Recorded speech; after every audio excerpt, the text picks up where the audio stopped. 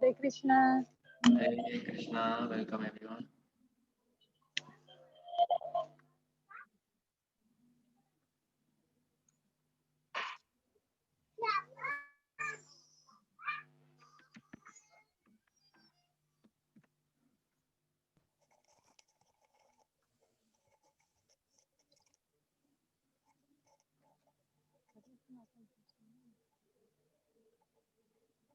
Hare Krishna.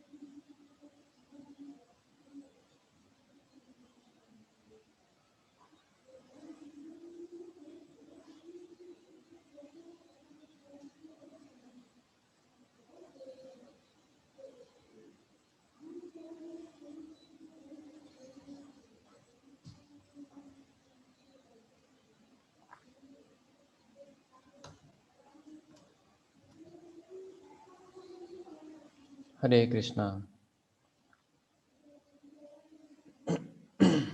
Hare Krishna Prabhu, Dandava Pranam. Dandavat Pranam everyone. Hare Krishna Prabhu. Mancha kalpatarubhyascha kripa sindhubhya vacha patitanam pavanebhyo Oh Vaishnavebhyo. Vaishnavebhyo Namo Namaha. So, welcome to this session on CBA question discussion. Your CBA exam is on Friday, and the questions are coming. The nice thing about CBA is that the questions are known in advance. You already know what the questions are, but you just have to prepare the answers and then memorize them. So I'm here to help you with the answer preparation. I am assuming that all of you have already collected the answers for the closed book assessment questions. And then if you have any confusion, so what we are going to do is, we are going to have, we'll divide you into smaller groups where you can cross-check the answers with the other students. Okay? And then I will join each group, and then if you have any confusion, any doubts, then I can help you with that. All right? Sounds good?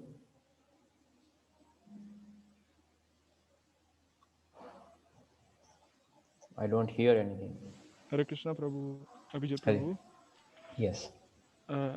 Maybe you can also consider the language barrier between us. So maybe you can also. Right. So when dividing into groups, you mean I divide into groups where devotees speak the same language, right? Yes, maybe you can consider that, Prabhu. It's Sure. just my advice, yeah, my suggestion. Mm-hmm. So now the question is, how do I know who is speaking Bahasa? I'll make a best. Yeah, because not so many interpreters joining. All right. So, does everyone understand what exercise we are going to do? We are going to get started immediately, so that because we don't have so much time. But first, I want a confirmation from all of you. Do you have your answers for the closed book exam? Have all of you prepared your answers? Hare Krishna, Prabhuji. Hare Krishna. Prabhuji, I couldn't understand the exercise right now. Could you just say it again? Right. First, let's make sure that all of us have the answers, that all of you have prepared the answers for the questions. Have you prepared, Mataji, the answers for the questions? I haven't. In fact, we still have not completed this entire thing. So Completed what? the nectar of instruction. So by Thursday, the whole thing will be completed. The lessons will be completed, but Friday is your exam. Yes. Yes. So you have to be prepared for the exam by now, right? Yes. Yes. Prabhuji. You can, if you wait for the lessons to be complete before preparing for the exam, you won't have any time. So my expectation was that by now all the students would have gathered the answers. So I'm asking you, have all of you, can you raise your hands, those who have the answers for the closed book exam? Can I translate it first, Prabhu, for Yes, the Prabhu. Indonesian speaking? Yeah. Jadi Thank Hare you. Krishna Prabhu Mataji. Jadi hari ini kita akan mendiskusikan jawaban dari soal tutup buku yang sudah Prabhu Mataji punya. Jadi siapa yang sudah menjawab semuanya, jadi tolong raise hand di fitur raise hand-nya agar Prabhu Abhijit bisa mendengar kita. Silakan.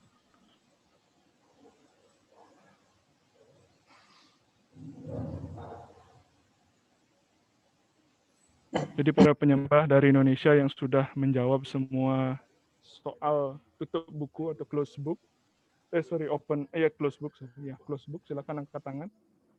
Jadi hari ini kita akan mendiskusikannya, jadi saling berbagi jawaban seperti itu agar bisa nanti lebih gampang pada saat ujian. Jadi silakan, karena kita tidak punya banyak waktu, silakan segera. Yang 34 ya Prabu ya? Iya, kalau udah dijawab semua, silakan raise hand, Mataji. Oke. Kalau belum, biarin aja. Tapi pakai bahasa Indonesia ya? Iya, nggak apa-apa. Nanti akan gabung dengan grup bahasa Indonesia. Silakan Prabu Mataji yang lain yang sudah menjawab dan sekarang bawa langsung jawabannya, bisa angkat tangan, raise hand. Dibacakan Prabuji? Sebentar, Mataji, sebentar. Jadi angkat tangan saja dulu. Tunggu arahan berikutnya. Oke. All right. So. Okay, I'm done, Prabhu. Okay, Prabhu. So everyone, I believe, who has prepared has already raised their hands. So I see a lot of you have not raised your hands, which means, okay, I'll wait. I see one more hand was raised.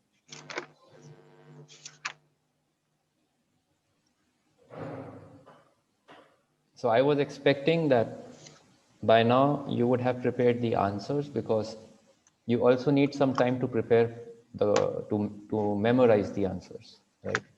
So if the exam is on Friday, you need a few days to memorize all the answers. How many questions is it? It's 34 questions. So you have to memorize the answers as well. That's why if you haven't prepared, I don't know what to say. It's you should be. Yeah, so can I translate it? One more, yes, Prabhu? Yes, Prabhu, please. Jadi sebenarnya diharapkan semua penyembah sudah menyelesaikan 34 sloka itu, karena kita ujian hari Jumat, jadi diharapkan sudah selesai harusnya hari ini, karena kita juga butuh waktu untuk menghafalkan. Jadi ya kalau belum ya karena butuh waktu untuk menghafalkan, jadi Prabunya sih berharap kita sudah menyelesaikan semua soal itu. Begitu Prabu Mataji. Oke, Prabu. Okay, so no problem. So what we are going to do is the following. We will those who have not prepared, please leave your hands raised. So leave your hand raised so that I know who has prepared. So those who have not prepared will take this time to actually prepare the answers. Those who have prepared, I'll put them into same groups so you can cross check with each other your answers. Okay. So those who haven't prepared, now is a good time to get started. You can work in groups and prepare the answers. Okay. So now I'm going ahead and creating the groups. I will need help from Giridhari Prabhu Yes, Prabhu. to see if we have interpreters, if we have enough bilingual devotees so that we can have at least one in each group. I'm thinking let's have 30, 33, 32 means let's have 5 rooms. There will be about 6 to 7 participants. That's quite good. Okay. And then I'll do the division manually. Okay. Now, assign. I'm first putting Krishna. Anindini Radhika Mataji speaks English. Are you from? Do you speak Bahasa or you are not from Indonesia? English, Prabhu. Okay, English. I am first creating an English book group. Archana Bhakti Radha Mataji as well, right? Yes, Prabhuji. Okay. So 1, 2, 3, 4, 5, 6. Yeah, I have one group. Break out 1, 2. Okay, Advaita Chandra. So Giridhari Prabhu, if you can help me here. I'm saying Advaita Chandra Prabhu. Amal Advaita Chandra Krishna. Advaita Chandra and Amal Krishna speaks Bahasa. Right. So I'm telling you which ones I'm putting in the second room. Ananta Pandit Prabhu, Sureshwari Mataji, Yes. and Yes. Purna Krishna Prabhuji, Yes. and Giridhari Prabhu. So Yes. in your group, Prabhu, are there any bilingual devotees in addition to yourself? I think Purna Krishna Prabhu can speak English. So then I will have Purna Krishna Prabhu join another group so that we also have another devotee there. Meanwhile, is Jita... Huh? Can I ask him personally? Yes, please ask him. Purna Krishna Prabhu, can you please... Ribul Kauna? I can join English speaking. Oh, yeah. He confirmed. Okay. He can join English. Okay, so then we need one more for your group. Will Ananta Vijay Prabhu, does he speak English? Yes, he speaks English. What about Jita Krodha Prabhu? Jita Kroda speaks Bahasa Indonesia only. Okay, so we have made one group for Indonesian. Now I'll say Ananta Vijay Prabhu. Then Premadhana Prabhu is Bahasa, right? But he can speak English. Let me ask That him. is, yeah, I Prabhu think we Prema? have. I joined the English. Okay. Prabhuji, tell me who is Sarvadarshi is Bahasa? Is from Bahasa, India? yes. Okay. He's from Indonesia and speak Bahasa only. Sundar Nimai Prabhu, is he from Indonesia? He's from Indonesia and speak Bahasa. Okay. Sarup Krishna Prabhu? No. No, he's from India, I think. And Uddhav Prabhu, yes. The Prabhu is from Bali. So we'll have just one more group with Indonesian devotees. 1, 2, 3. Yeah. 4, 5, 6. 1, 2, 3, 4, 5, 6. So another 6. Okay. So we are done with the Bahasa group. Now we'll have 2 more English groups. Okay.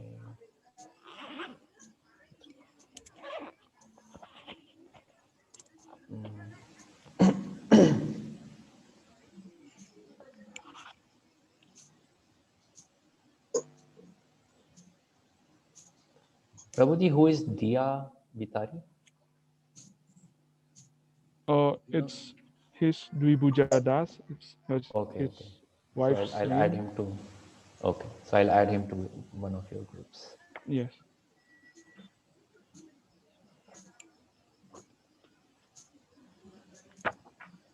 Okay.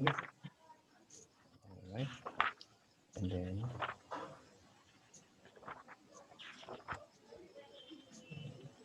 Sorry.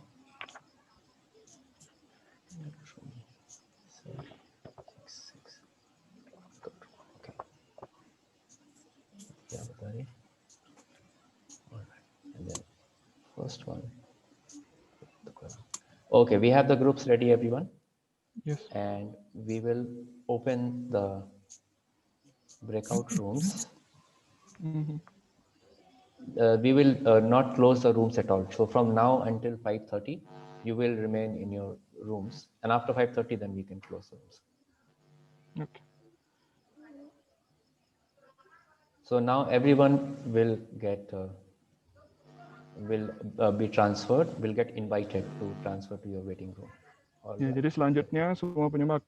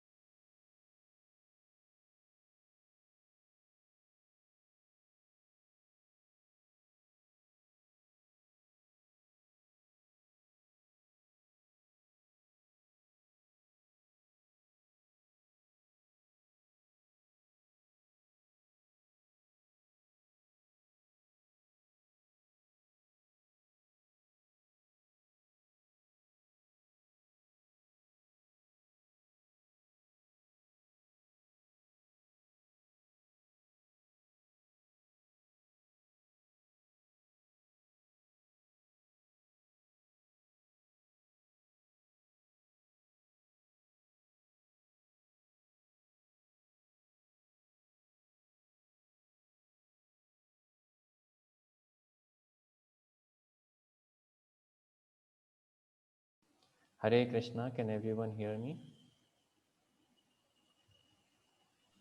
Yes, You Prabhu. know. Yes, Okay, Prabhu. so now it seems you are all late to the meeting, is that right?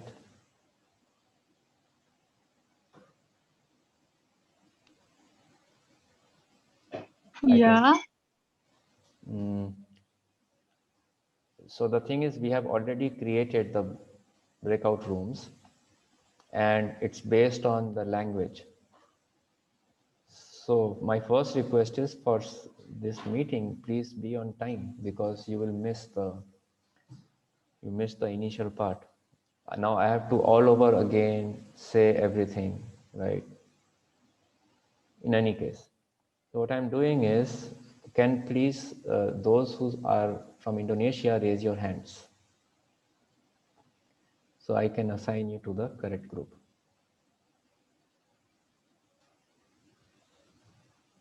Hare Krishna. Okay, we have one. Is there anyone else? Okay. Anyone else? I think Manisi Prabhu is also from Indonesia, is he?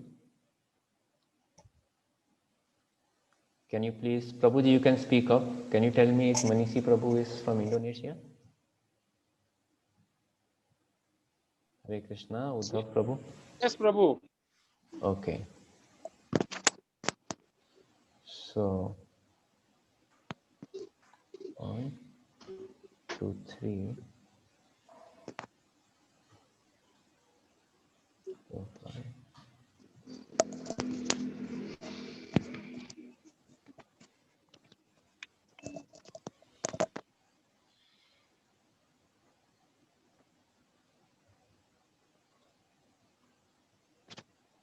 Uddhav Prabhu, you are already assigned to a breakout room. Can you join your room? Uddhav Prabhu, you must have received an invitation for breakout room 3.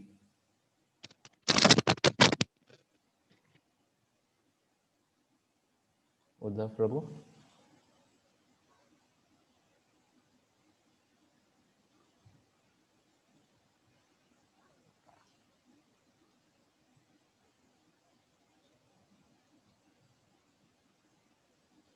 Dhritatma Prabhu, can you hear me?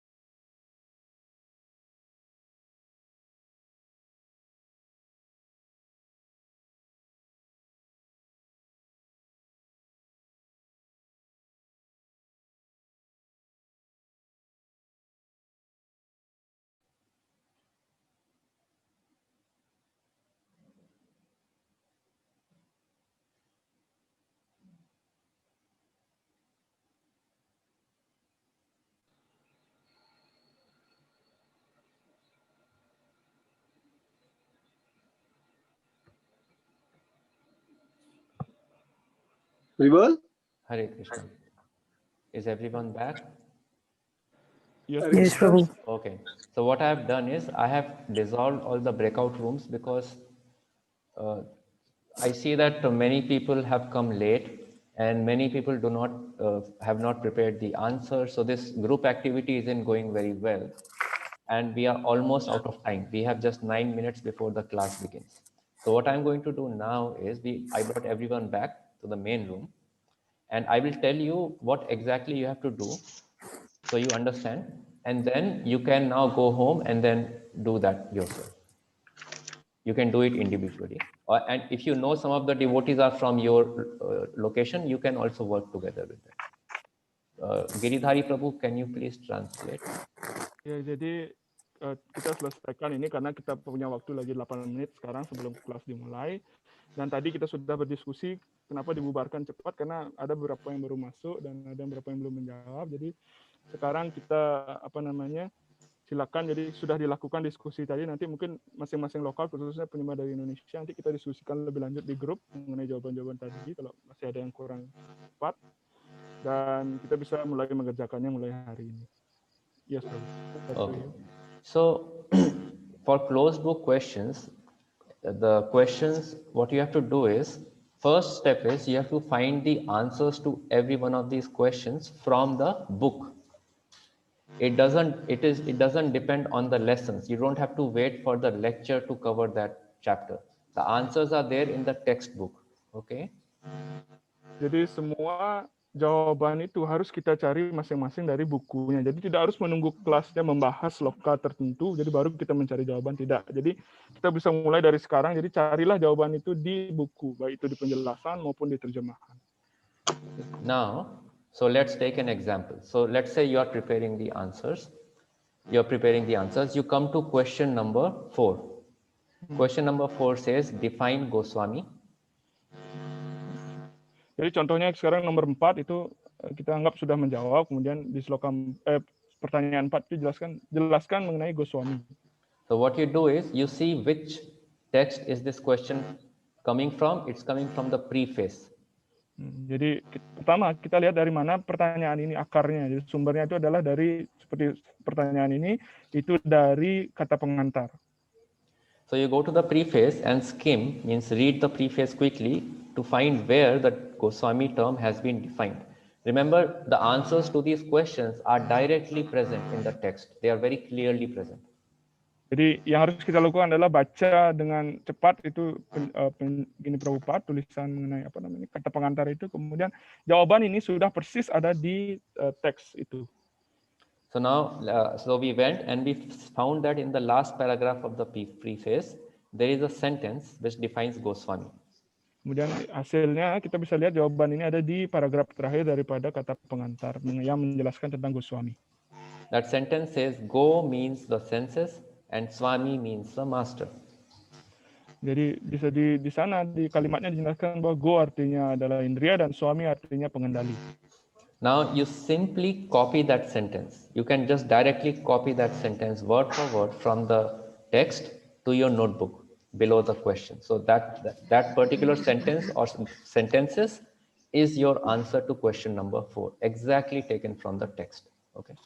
Jadi kita bisa tulis, kita bisa dikte, kita bisa ikuti jawaban itu. Jadi persis seperti itu. Itulah jawabannya dari pertanyaan nomor 4 ini. Jadi harus persis sesuai teks. Okay. Now there are two kinds of, so in this way you complete all the questions. You will find the answers are very clearly there. There is, like for example, take question 10, define Mahatma and Duratma. If you read the purport of text 2, it's very clearly defined. Mahatma means this, Duratma means this. You collect, it may not be in one sentence, it may be in multiple sentences, and you collect all the sentences and that is your answer for Mahatma and Duratma. Okay. Jadi dengan cara inilah kita menemukan semua jawabannya. Jadi semua jawabannya sudah ada di sana. Jadi seperti yang nomor 10 ini tentang Mahatma dan Duratma, mungkin saja tidak satu kalimat, jadi beberapa kalimat bisa. Jadi itulah jawabannya. Jadi semuanya ada di buku. Alright. Now, when you memorize, you prepare the answers for all these questions. Then you go and memorize the answers. When you memorize the exact sentences, but in the exam, you may not recall exactly that particular sentence, and that's okay. You can write something that has the same meaning, even though the exact words may not be the same. Okay? Oke, jadi apa yang dilakukan sekarang adalah kita menjawab semuanya, kemudian kita hafalkan semua kata-kata, semua jawaban itu. Tapi kalau di ujian akhirnya nanti mungkin kita tidak persis seperti apa yang dijelaskan di buku atau apa jawaban yang telah kita buat. Yang penting adalah maknanya sama, tidak melenceng. Jadi kata-katanya boleh sedikit berbeda, yang penting maknanya sama, intinya dari jawaban itu sama. Tidak masalah. Remember, in this closed book exam, the main thing that's being tested is not your understanding, it's memorization. Because the questions are given in advance. The answers also you can find very easily in advance. The real thing that you have to prepare is memorizing the answers. Jadi untuk ujian buku terbuka ini sebenarnya hal utamanya adalah bagaimana kita menghafal jawaban itu, karena pertanyaannya sudah diberikan, jawabannya sudah jelas ada di sana. Yang penting adalah bagaimana, bukanlah pemahaman kita mengenai teks, tapi bagaimana kita menghafal semua jawaban itu, karena semua sudah ada. Okay, so I hope that is clear to everyone. I'm sorry, we have only 3 minutes. There is not enough time for questions. So in the end, what I want to say is, remember your closed book exam will not only have questions from this, it will also have explain analogy kind of questions. Jadi karena kita punya waktu lagi sedikit, jadi tidak ada pertanyaan, tapi selain daripada sloka di sini, jadi ada juga nanti menjelaskan mengenai analogi. Jadi bukan hanya dari pertanyaan di sini, tapi juga ada mengenai analogi. Jadi silakan siapkan. Semua sudah ada di buku pegangan mengenai analogi atau perumpamaan itu. Okay, so there will be about 15 to 20 questions from this question bank, and there will be about 4 to 5 analogies. The analogies so you have to memorize the analogies, and the analogy question will be explain, for example, explain the analogy about an elephant taking bath in the river. So we will give some hint to identify the analogy, and you have to explain in your own words. All right. So Giridhari Prabhu, you can complete the translation. I have to go to Maharaj to start the lesson. Okay. Jadi akan ada 15 sampai 20 pertanyaan diambil dari bank soal ini. Kemudian untuk analoginya itu akan ada 4. Jadi misalnya contoh, jelaskan perumpamaan gajah yang mandi. Jadi nanti silakan Pak Udama Taji menjelaskan sesuai dengan pemahaman Pak Udama Taji dengan kata-kata Pak Udama Taji sendiri. Jadi itulah mengenai analoginya. Jadi akan ada kurang lebih 4 analogi nanti. Dan soal ini akan diambil 15 hingga 20. Oke. Ya. Kita akan siap untuk ikut kelas berikutnya. Ya. Hari Krishna.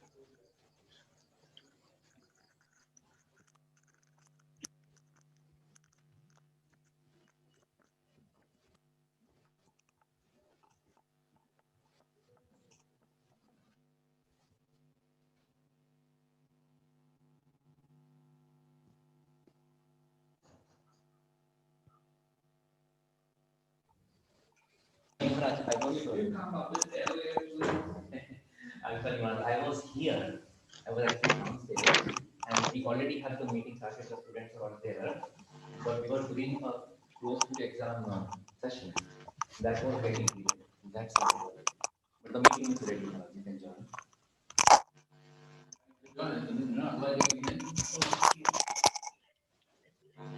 Sorry, Maharaj.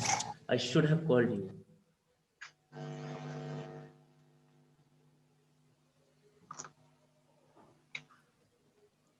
Hare Krishna, Abhijit Prabhu, can you make me a host?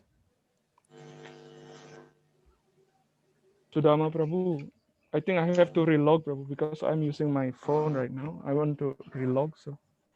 And Balakrishna Prabhu, unable to become interpreter for tonight. Okay. So he asked me to become interpreter. In a minute, I will be back.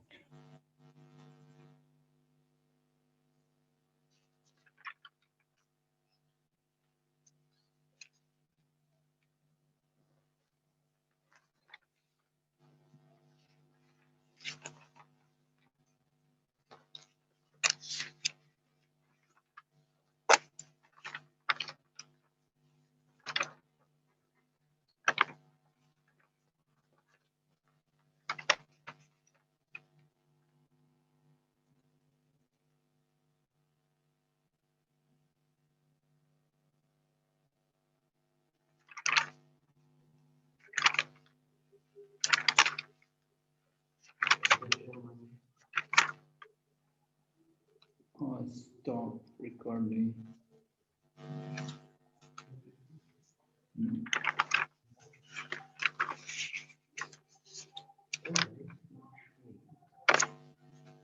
Is it showing on yours? Was there any update or something? Is it on yours? Is it on? Yeah, it is on mine. It is on mine, and yeah, I saw it yesterday. Last time it was on yours. Was there? Right, it was there, yeah. What happened? Can I try again to log out and then log in? You want me to leave? Yes, you leave and then.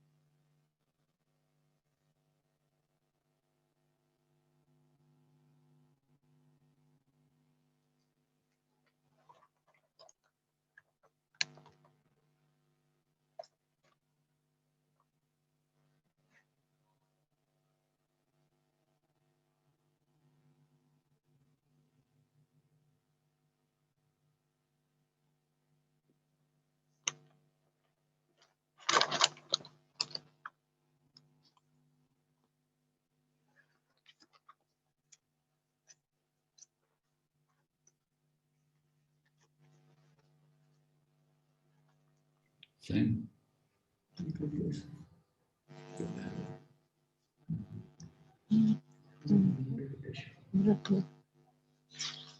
Let me check. So now.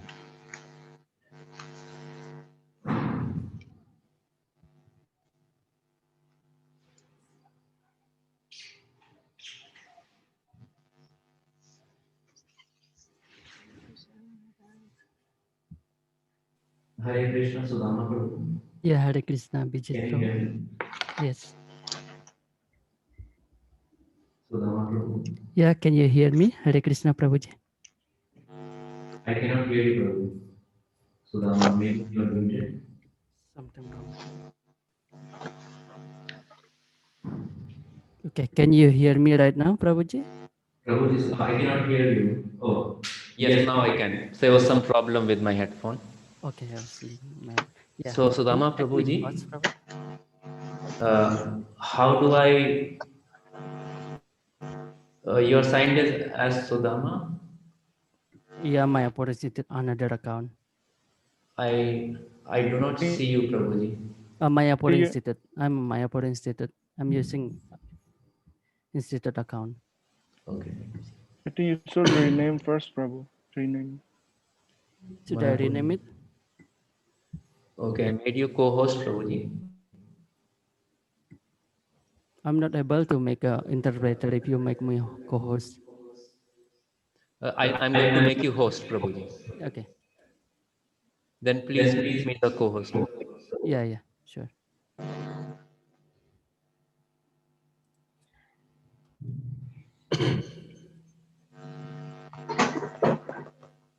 Can I begin?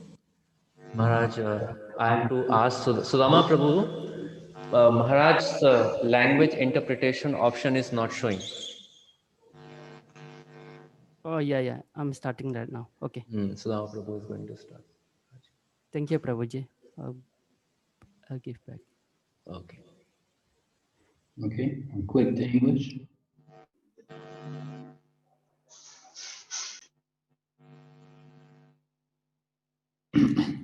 Om Jnanatimirandasya Gyananjana Shalakaya Urmilitanyena Tasmai Shri Gurave Namaha. Namah Vishnupadaya Krishna Pristaya Bhutale Srimati Bhaktivedanta Swami Niti Namine. Namaste Saraswati Devi Gauravani Pracharine Nirvishesha Shunyavadi Paschatya Deshatarine Vanchakalpatarubhyascha Kripa Sindhu Bhayevacha Patitanam Pavanebhyo Vaishnavibhyo Namo Namaha. Jai Shri Krishna Chaitanya Prabhu Nityananda Shri Advaita Gadadhar Shri Vasadi Gaur Bhaktavinda. Hare Krishna, Krishna Krishna, Hare Hare, Hare Rama, Rama Rama, Hare Hare. So we're continuing our study of the Nectar of Instruction, and we're studying text number 5. We're hearing about the different levels of Vaishnavas, namely Kanista, Madhyama, and Uttama.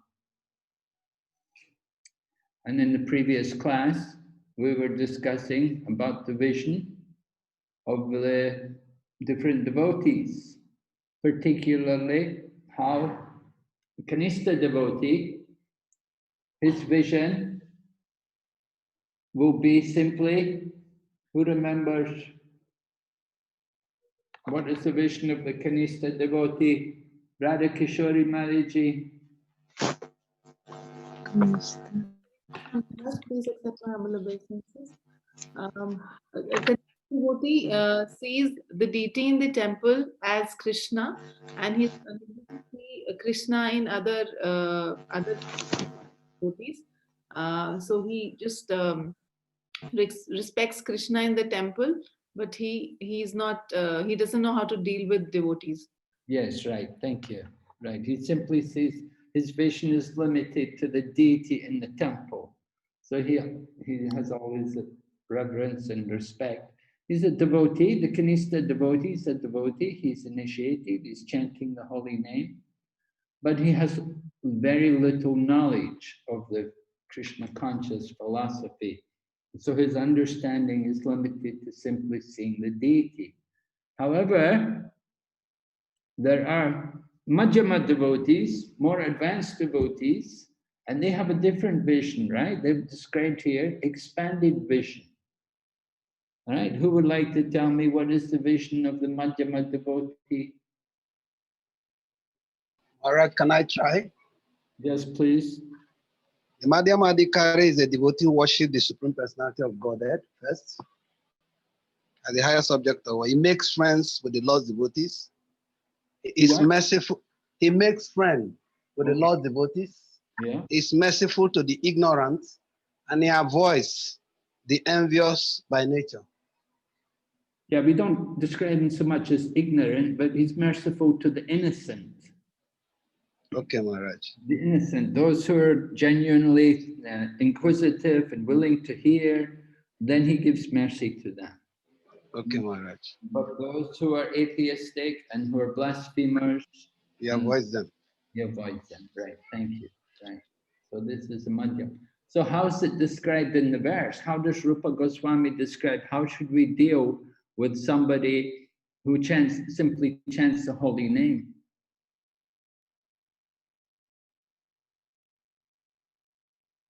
How is it described? We will ask Gita Indulekha. Hare Krishna Maharaj, Tanvatram. It's mentioned in the verse, first line, Krishneti yasya giritam mansadriyeta. One should mentally respect a Kanishta devotee. He should offer respect in mind. And mentally honor the devotee who chants the holy name, right? He's taken what we would call the first initiation, the Harinam initiation. He's chanting the holy name. And so we respect him in the mind. But then somebody else who's a little more advanced, they must have taken second initiation. and they're engaged in worshipping the deity. So how should we respect them? How should we deal with them? We should offer obeisances to him. Offer? Diksha, there is written in the shlok itself is the answer. Diksha sitet pranitishta bhadantamisham. So Right. we should offer obeisances to those who are initiated and those who are engaged in the service of the deities of the Supreme Lord. Right. And then there's somebody who's more advanced, Uttama Adhikari. Yes, the third part of the shlok. Then we should serve him and honor him and follow in the footsteps of a Uttamadhikari, of a pure devotee. All right.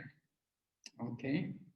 So we're hearing the vision here. The Madhyamadik, he makes distinction. I explained in the last class how the Madhyama devotee will make distinction.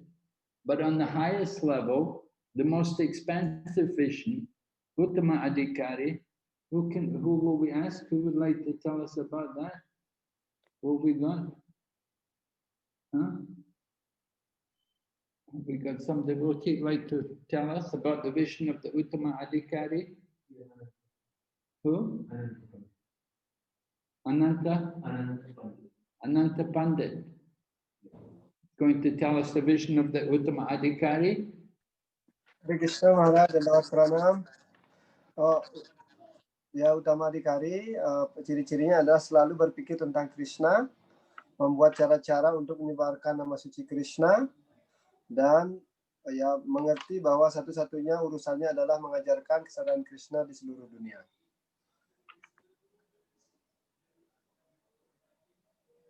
Okay, so what are some of the, how does he actually see everyone, the Uttama Adhikari? You're talking about his activity, his business to preach. Yeah. But what is his vision? Jadi memandang bahwa semua entitas hidup adalah Jiwera Swarup Hei Krishna Nitya Das. Jadi seorang Uttama Adhikari hanya melihat Krishna dan penyembah Krishna ada dalam hati setiap makhluk hidup, setiap orang.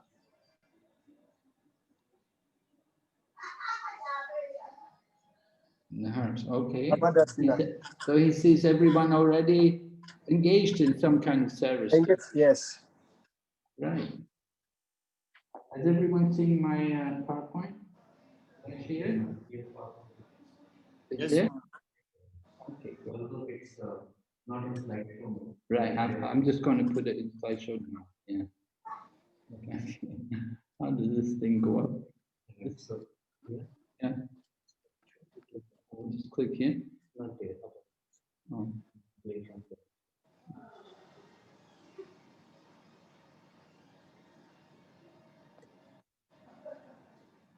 Okay, so here's the verse describing the Uttama Adhikari.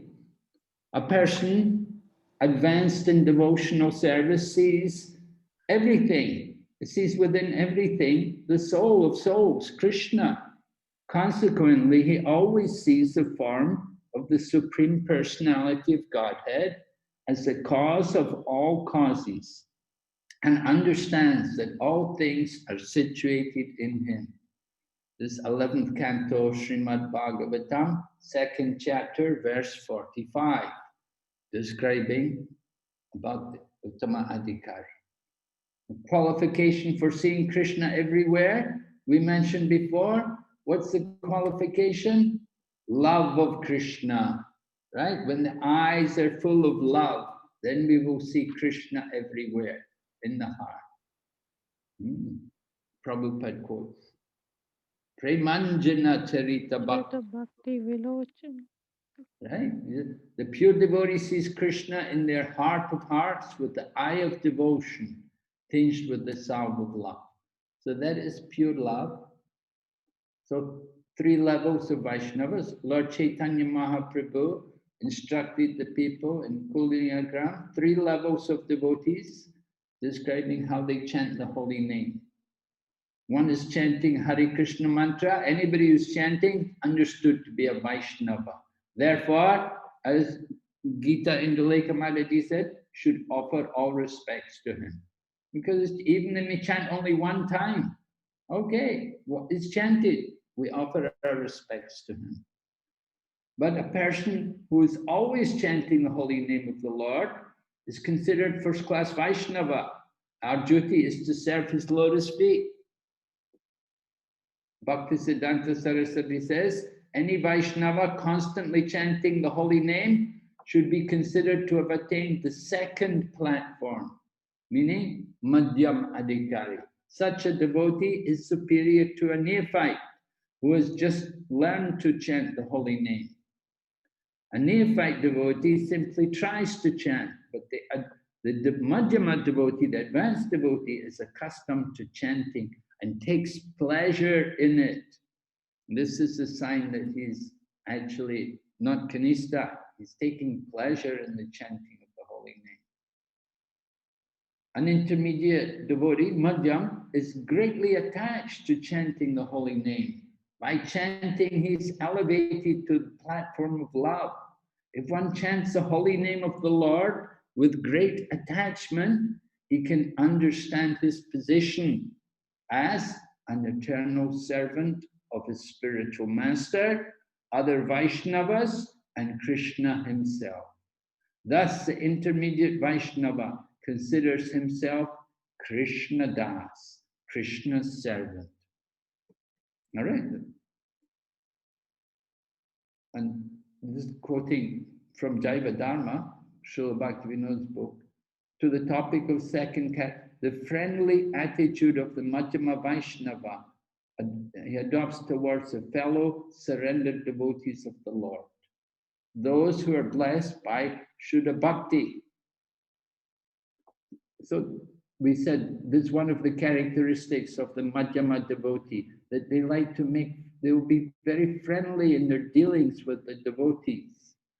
Kanista, however, is not on the platform of Shuddha Bhakti. He's not doing that pure devotion. He does not serve and satisfy the pure devotees. Therefore, Maitri, being friend, can only be properly seen in the Madhyama Adhikari, to his fellow Madhyama Adhikari devotees, and the highest level, and to the highest level Uttama. Right? So this quality of being friendly with the devotees, we won't see it in the neophyte, in the Kanista devotee. Intermediate devotee preaches Krishna consciousness to innocent neophytes, stresses the importance of chanting Hare Krishna Mahamantra. Intermediate devotee can identify the non-devotee or motivated devotee. Motivated devotee or non-devotee are on the material platform. They are called prakrita. The intermediate devotee does not mix with such materialistic people. And so even though they're devotees, they're materially motivated. And so the Madhyama devotee, who is a preacher, he's careful. He doesn't get any benefit from associating with such people. The neophyte and an intermediate devotee, however, both them should always be eager to hear Mahabhagavat and serve him in every respect. The neophyte and intermediate devotees can gradually rise to the platform of Uttama Adhikari and become first-class devotees. How do you think they're going to come to the first-class platform? What do they have to do to become Uttama Adhikari? Who can say? Who would like to answer? Show your hand. For the Kanista and the Madhyam to become first-class devotees, what do they need to do? Do we have any hands? Okay, Dakshina Rani Madaji is going to answer on behalf of all the 50 plus students who are listening. Haribol, Hare Krishna Maharaj, please accept my humble obeisances. So, how to become Uttama Adhikari from Kanista to Madhyama and to Uttama is we should associated with pure devotee, so we can take and how to proper take service to other devotee. Thank you. How do we associate with these pure devotees? Uh, help them to serve Krishna. Help them to serve what should we can help them like that. We should serve them, right? Yeah, We should serve give them. service to them. And we should hear. We should hear from them. Yeah. What's the difference between them and us? What qualification have they got that we don't have? If we avoid good association from pure devotee and engage with the other less from them, so we take the consciousness, and if we take the bad consciousness, slowly we will far from Utama Adhikari and become Kanista Adhikari like that. Maybe stop become devotee can. No, So we no. should attain and engage to pure devotee and take the lesson from them. No, you haven't got it right. You haven't got the point. What makes the difference between the Kanista and the Madhyam? Oh, what's the difference? So the difference is Kanista Adhikari cannot separate how to good interact with devotee and others people, common people, but Madhyama Adhikari, he or she uh, can do properly how to react with uh, uh, devotee and Yeah, but innocent why? people like that. Why? What makes the difference? Why? Oh, because Madhyama Adhikari have good knowledge. Right, that's Yes. one point. He's got knowledge, right? He's got Yeah. more knowledge than the Kanista. Yeah. And what about the Uttama? Utama Adhikari, the knowledge is very good, and so And he what or else she is can good? What Kanista else? Samadarshinaha. What else is good beside the knowledge? Besides the knowledge is engagement. The senses is full of engagement for Krishna service. No, we No, mentioned no. two qualities. Qualities. One was Qualities. knowledge, and the other was knowledge and Knowledge and act properly. faith. Faith. Oh, yeah. Faith, yes. Faith. Strong faith. Kanista has very weak knowledge and weak faith. The Madhyama, he's got strong faith, but he's got some knowledge, but not much. He cannot convince people. Uttama, he's got strong faith and he's very good in convincing. He can defeat other people and convince them, right? So that is the difference between the Madhyam and the Kanista and the Uttama. Uttama is a first-class devotee because he's got full faith and full knowledge. His arguments are very convincing, right? Yes, thank you, Maharaj.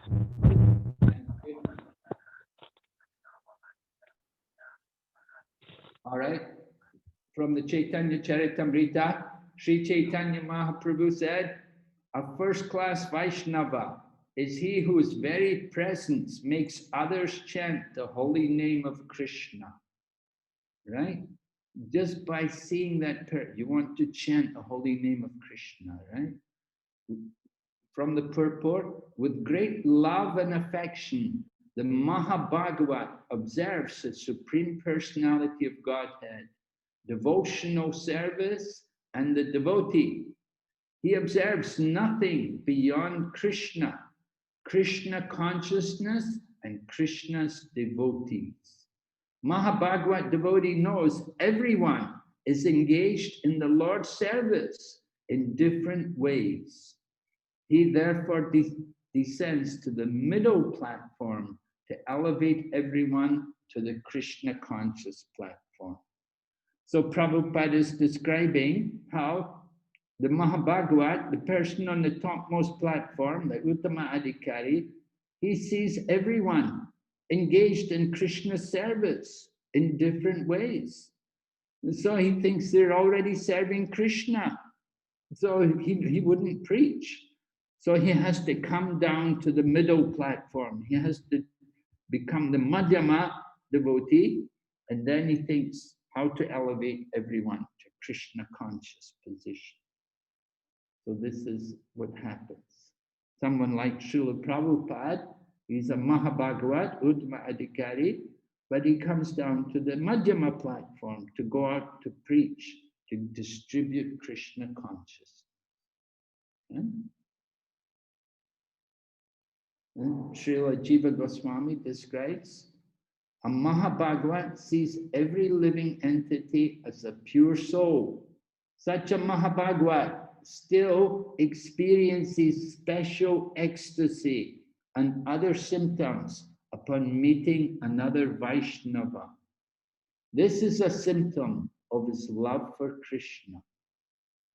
Such a Mahabhagavat feels special ecstasy, special ecstatic love upon seeing another living entity directly pleasing the senses of the Supreme.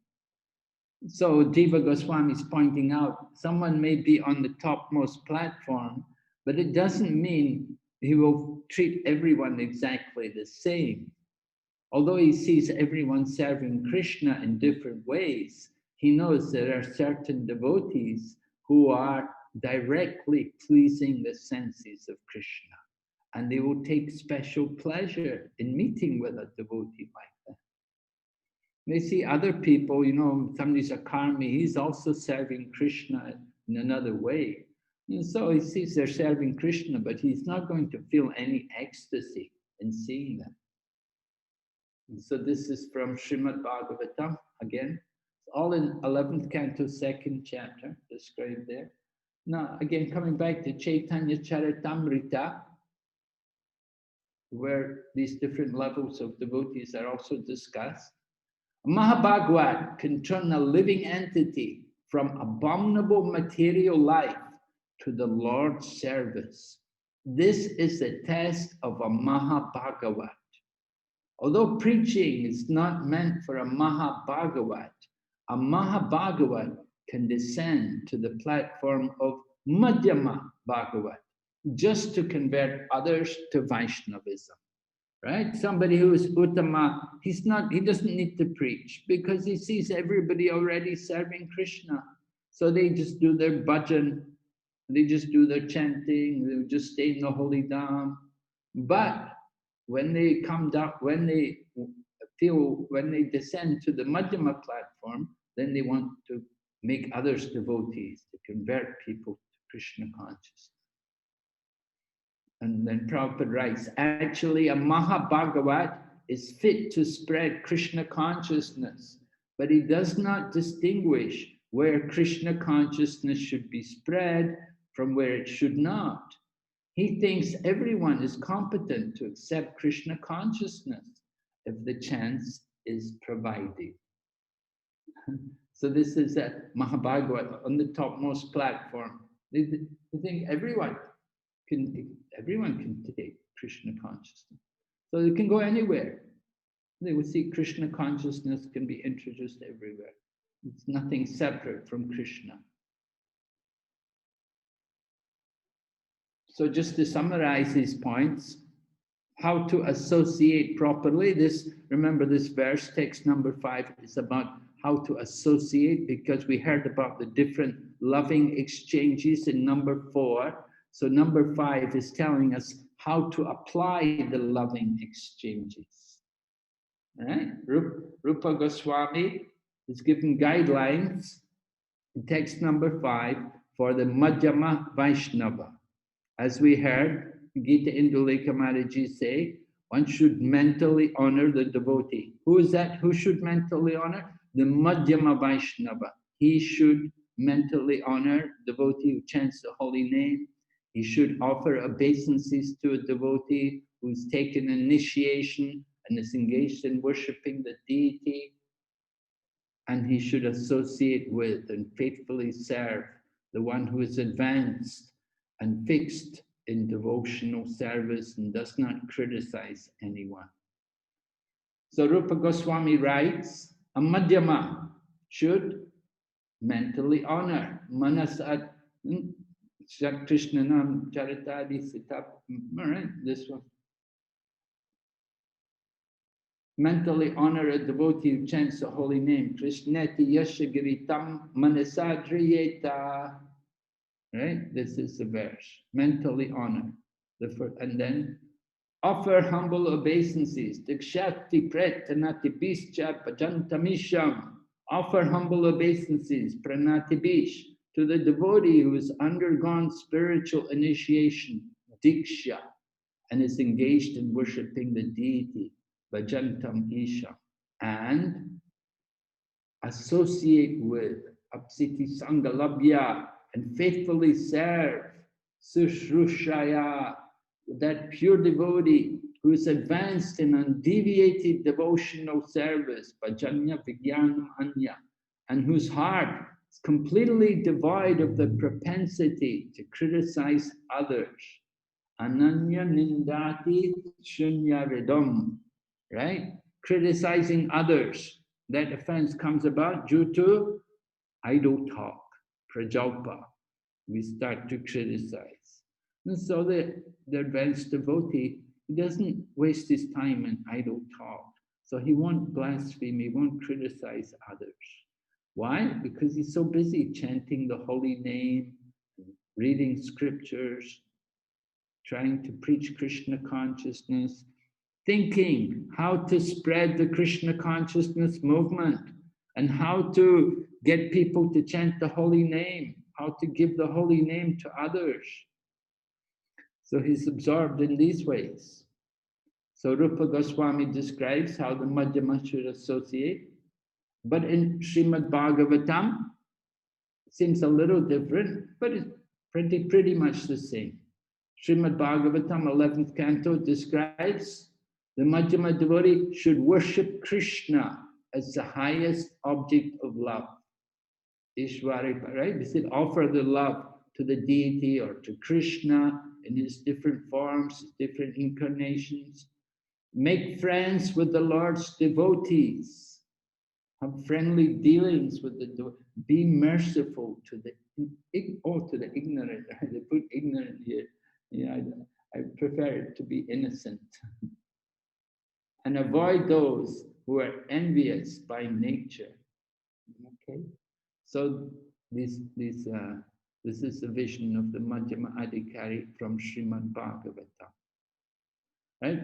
We're going to come back to speak later. We'll come back and speak more about initiation and about who to take initiation from, what kind of person we should be taking initiation from, because it's mentioned here, particularly it's mentioned how one should take initiation from someone who is an Uttama Adhikari, like that. So we want to discuss that, but not immediately. We're going to go ahead and we're going to talk about the appropriate attitude towards devotees' external features, right? This is going into text number 6. So we're taking the two texts, text number 5 and text number 6, we're taking them both together in this one presentation here. So text number 6 speaks about the external features of a devotee. That the example is given that one should bathe in the Ganges water without considering the bubbles, foam and mud. In the same way, the body of the devotee may appear to be impure. It's mentioned here. One should overlook a devotee's having a body born in a low family, a body with a bad complexion, a deformed body, or a diseased or infirm body. Who is a devotee? Right? Can you think of some people who are examples like this? Devotees having bodies like, you know, in our line of acharyas, great acharyas, do we have some examples of devotees like that who had some particular material disqualification which would appear to be an obstacle to them Okay, let's hear from them. Who?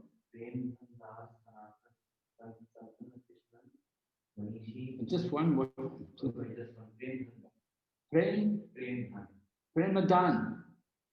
Premadan. Yes, Maharaj, Hare Krishna, Dandawat Pranam. So, like Vasudeva, who has leprosy, Maharaj. Okay, he had leprosy, he had worms eating his body. Yes, But Maharaj.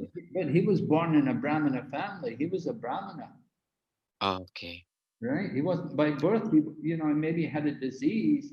He had a, certainly diseased body, but Yes. had a good birth, Brahmana birth. Okay. Thank you, Prabhu. Yeah. Someone else?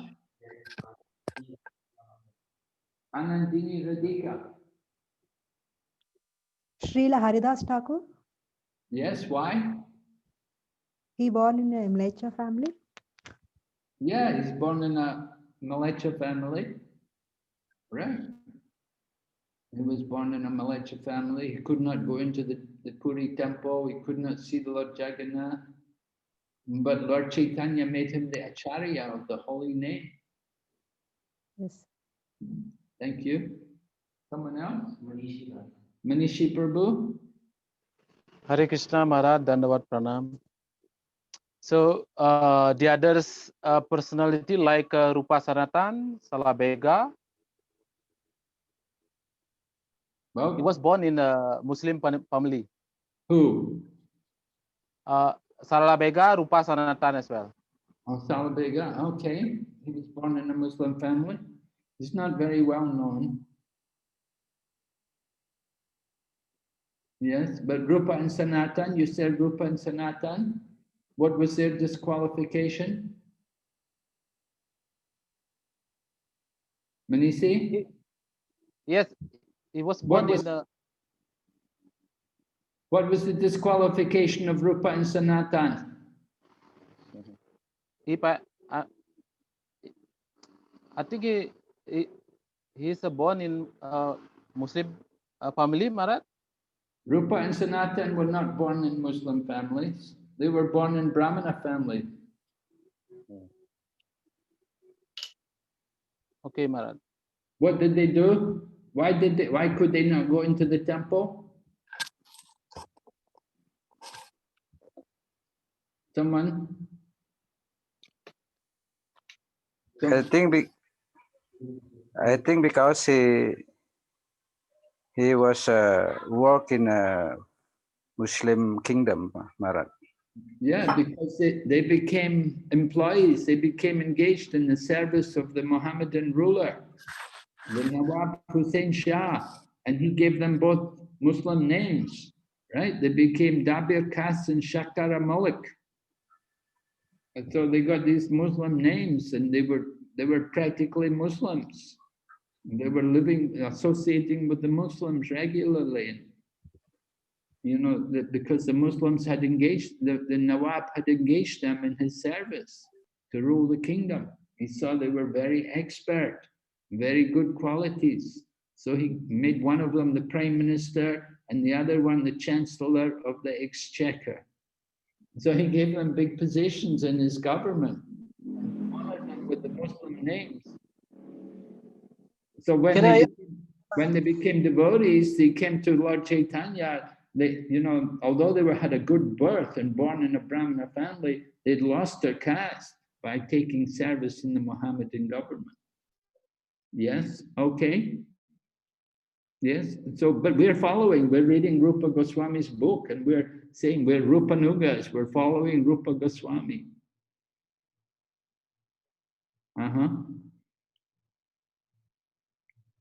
Yes, anybody else?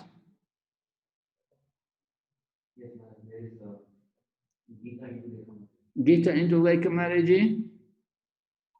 Hare Krishna Maharaj, Maharaj Prahlad Maharaj.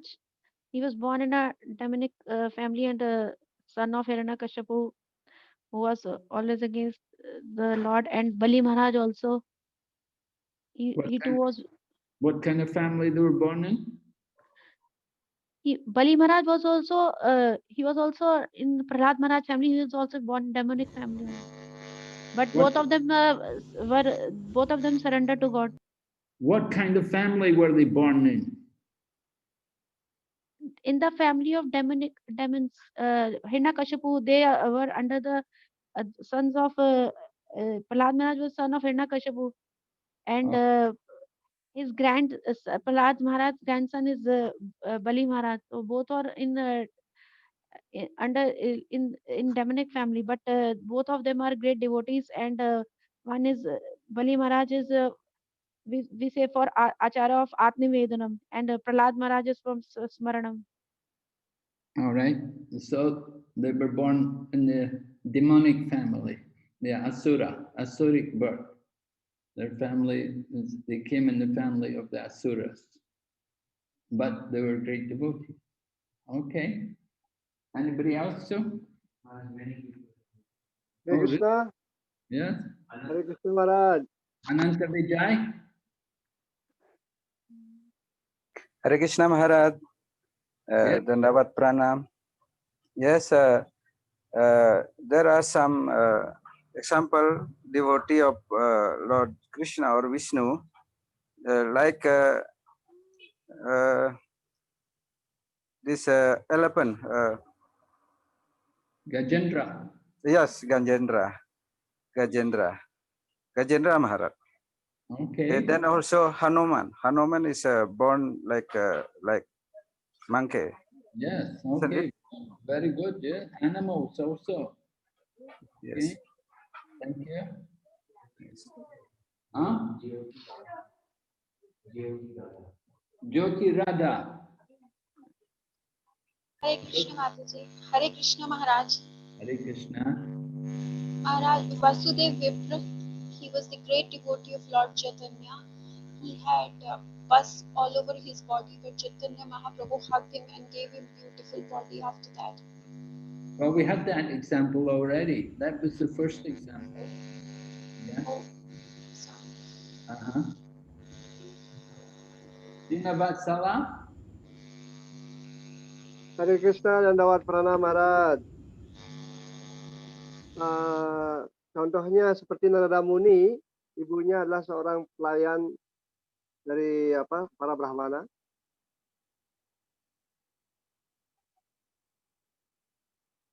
Narada Muni. But Narada Muni is the son of Brahma. That was a previous life when he was the main. Narada Muni is the son of Brahma. Yeah. So we couldn't really consider Narada Muni.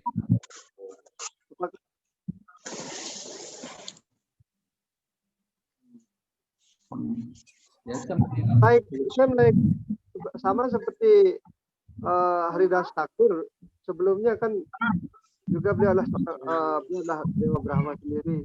Bagaimana beliau dikatakan lahir di keluarga rendah Muslim. Jangan cabut, ya mau habis nih baterai.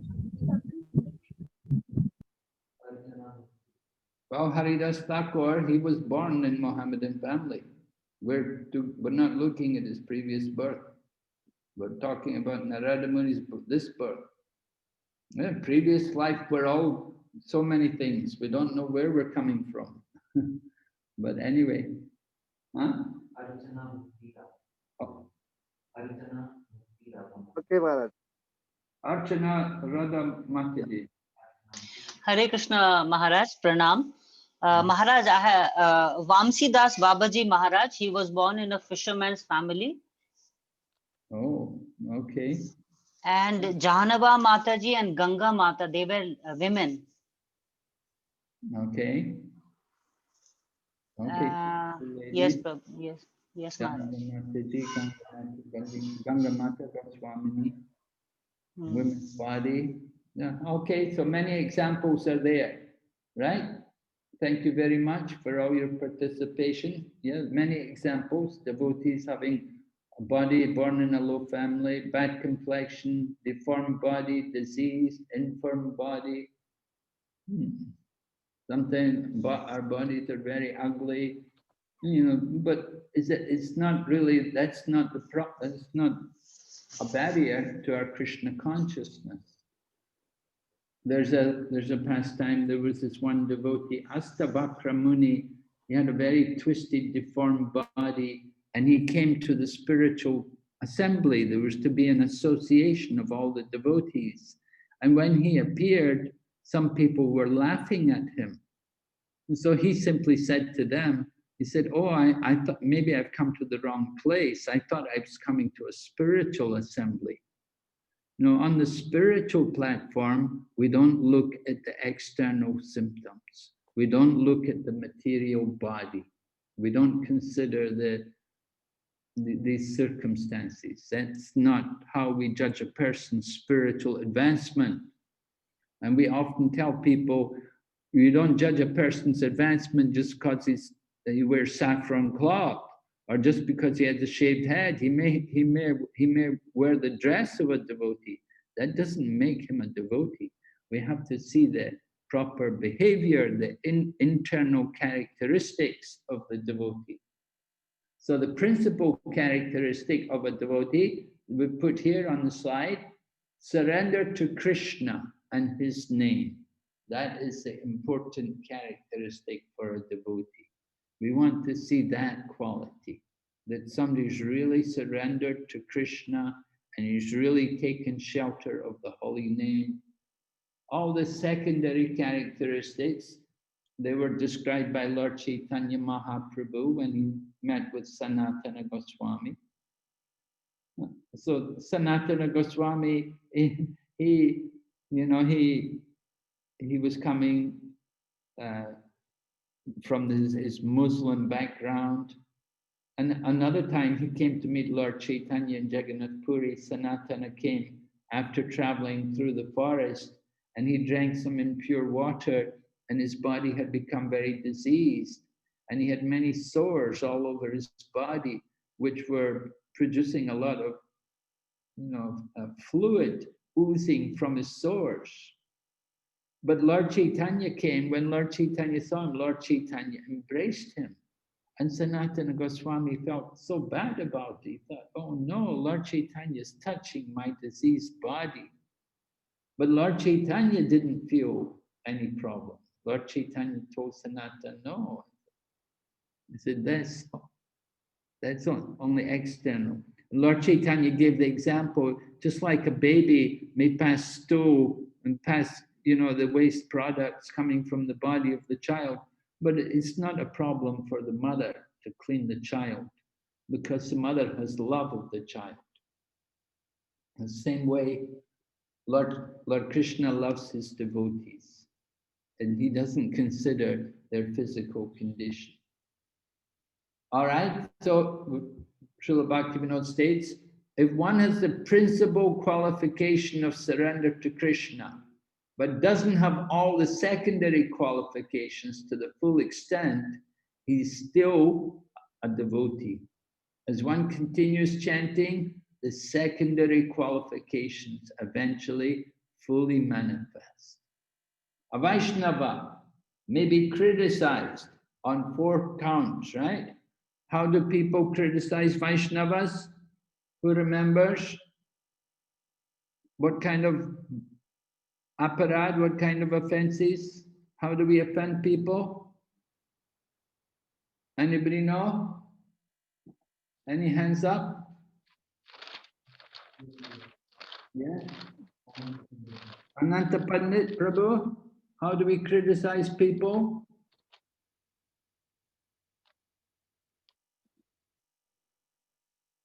Ananta Pandit, are you able to? Krishna Maharaj?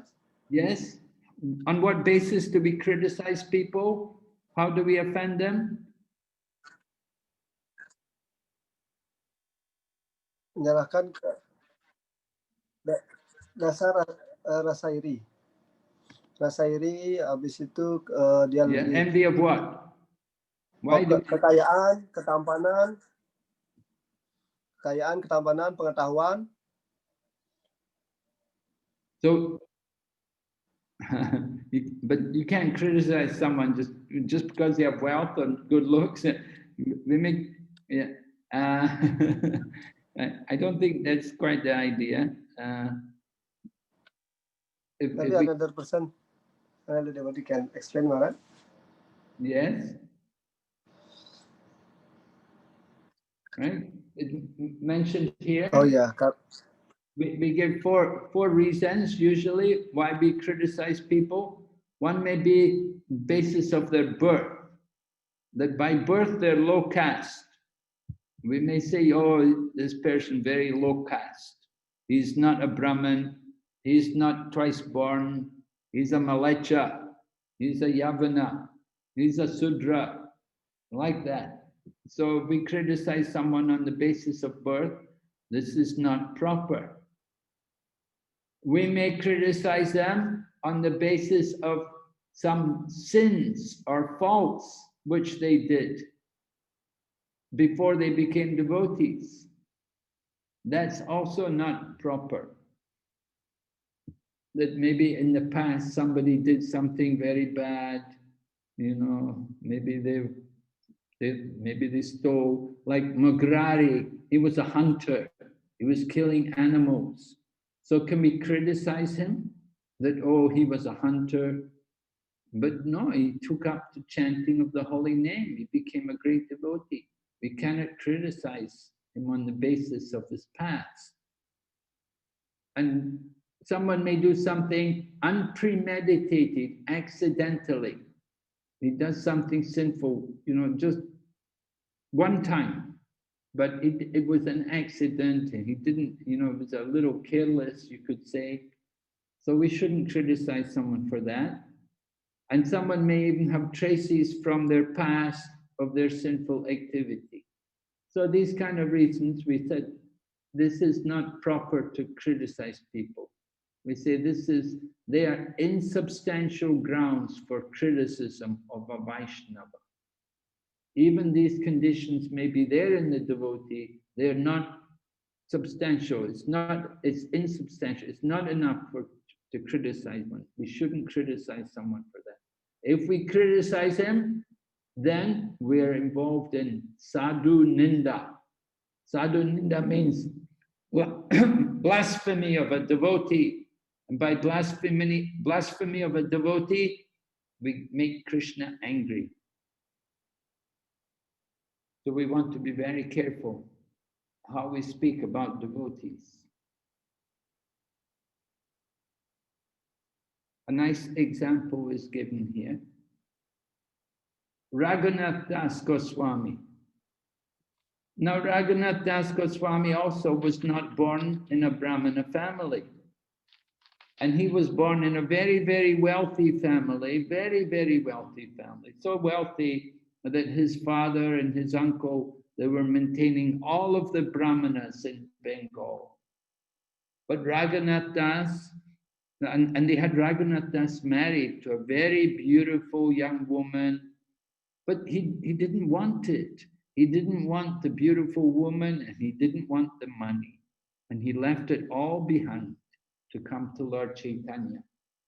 And so Raghunath Das, although he was not from a Brahmana family, he was a very great devotee. And he gives an example of how one mistakes something bad for something good by using the example of someone who's bathing in ash urine and thinking he is cleansing himself. Ash urine is not like cow urine. Even we wouldn't bathe in cow urine. I've never heard of people bathing in cow urine. But ash urine, that's the worst. So, just like we said about the Ganga, the Ganges may look, we may think, the Ganges got so much foam and bubbles and mud. It's not clean, I'm not going to take bath there. But a person in knowledge knows this is the Ganges water, and this is coming from the feet of Vishnu, and it's very powerful to take bath in the water of it. And so like that, we're thinking it's bad, but it's actually good. And sometimes people think something they're thinking something to be good, actually it's bad. So Raghunath gives the example. He said people think ash urine is good and they take bath in it. They're so stupid. So he's talking about how sometimes devotees discuss the faults of a Vaishnava. And we're thinking that actually this is a very good discussion and very purifying to analyze these faults for the sake of clarifying issues to push on the movement. They're committing offenses by talking about devotees, but they're thinking, oh no, this is very good. We're going to purify ourselves. We're going to push on the movement. No, it's not true. It's not good to talk about the faults. So sometimes it's hard to distinguish the creeper from the weeds, right? The Guru has put the seed of devotion in the heart. We have to water it. So when you water the seed, you also water weeds. Weeds also grow up. And we have to distinguish between the actual seed of devotion and the weeds. So there are weeds of duplicitous behavior or fault finding. In Sanskrit, it's called kutinati, finding faults with others. So Raghunath Das Goswami compares fault finding to bathing in ash urine. Duplicitous behavior means we make a show of devotional service, but our purpose is not pleasing Krishna, but to get some honor or praise of people. We think people will respect us or think we're very advanced. We find fault with others to make our position more by finding fault with others. So this is not good behavior of a devotee. We have to learn how to associate properly.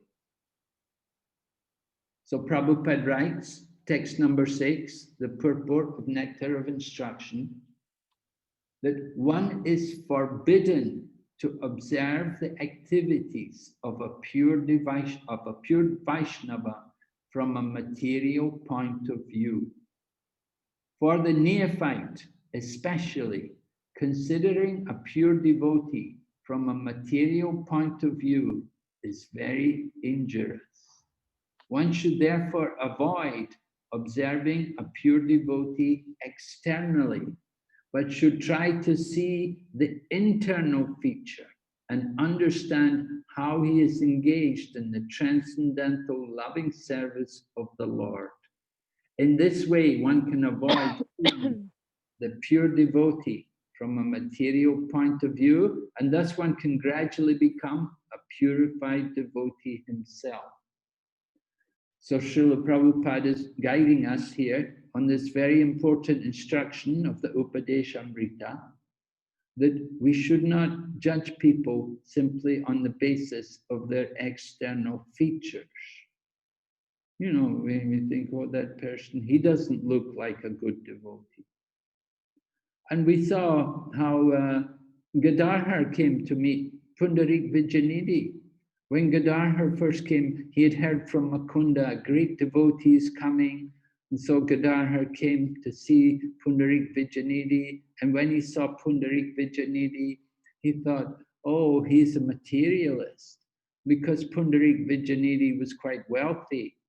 And so he was well dressed in good cloth, and he had people fanning him, and then he was chewing pan, and he had so many nice things in front of him, and he had many rings on his finger and ornaments. And Gadadhar, he's a very austere, renounced brahmachari. So he came and saw Pundarik Vijayanidhi, and he thought, oh, he's just some materialist. Oh, look, he looks like a materialist, looks like a Vishayi, a sense enjoyer. But then when Mukunda sang a verse from Srimad Bhagavatam, Aho Bhakiyam Stanakala Kutam, like that, he was singing about how Krishna is so merciful that he took Putana for his mother, even though she came with poison on her breast to kill him. So when Mukunda sang the verse, then Pundarik Vijayanidhi fell over his seat, he fell on the ground, and he rolled on the floor in ecstasy for hours. And he shed tears, and he flooded the floor, and Gadadhar understood, oh, this Pundarik Vijayanidhi is really a great devotee. And he understood he'd made an offense. And so later on, Gadadhar, he decided the proper way to atone for his offense was to surrender himself to Pundarik Vijayanidhi and to take initiation from him. So Gadadhar became he took initiation from Gadadhar Pandit. Gadadhar Pandit took initiation from Pundarik Vijayanidhi with the blessings of Lord Chaitanya Mahaprabhu. So, very important, don't just look at the external symptoms. We have to be careful to see properly. So why is an appropriate attitude towards devotees, external features important within ISKCON? Can we get some feedback from the devotees here? We'd like to hear from the Balinese devotees as well. You know, you have your translator here. We'll take the Balinese devotees to reply to this question first. We'll give them a chance to reply. Does everyone understand the question?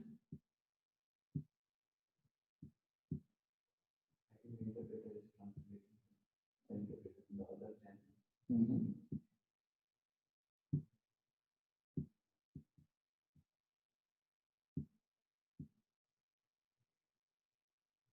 All right, can we hear from the Indonesian devotees?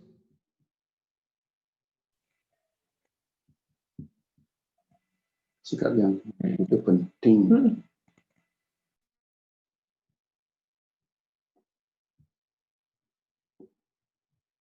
Are you ready?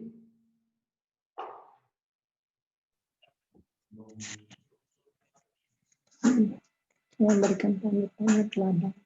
Haribol. Tutup haribol. Enggak tahu. Sudama, is it Sudama? Who's the translator? Giridhari Prabhu. Haribol. Giridhari Prabhu, have you got some devotees there to give us an answer?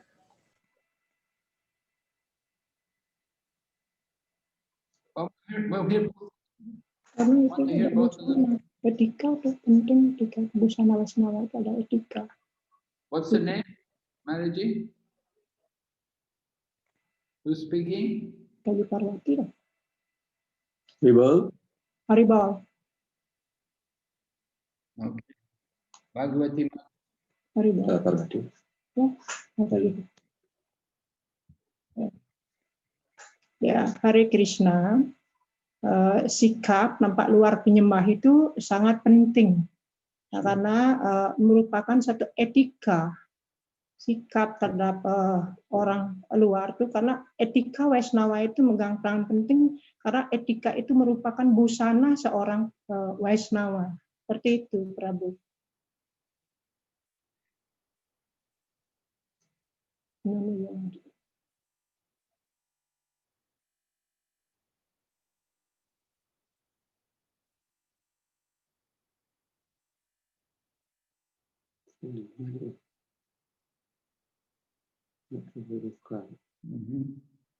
Okay, what does the other devotee say?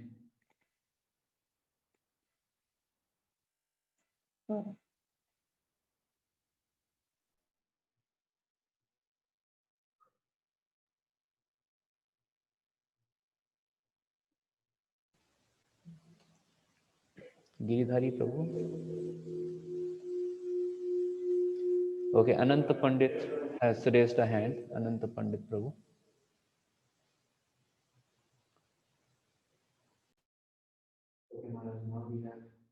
Hare Krishna, Maharaj, Dandawat. Hare Krishna. Yes, Maharaj. Apa namanya etika? Kenapa kita perlu beretika yang baik terhadap penyembah seperti itu ataupun orang sikap kita adalah bahwa salah satu ciri luar adalah seorang penyembah adalah etika. Jadi kemajuan seseorang atau kemajuan bagi seseorang itu dilihat dari etika. Jadi orang umum juga melihat bahwa Kalau apapun yang kita pelajari, tapi kalau etika kita tidak benar, tidak bagus, maka seperti pelajaran tidak ada gunanya seperti itu. Jadi etika adalah tampilan dari seorang penyembah. Bagaimana dia yang terkena dalam kesalahan Krishna itu dilihat dari etikanya.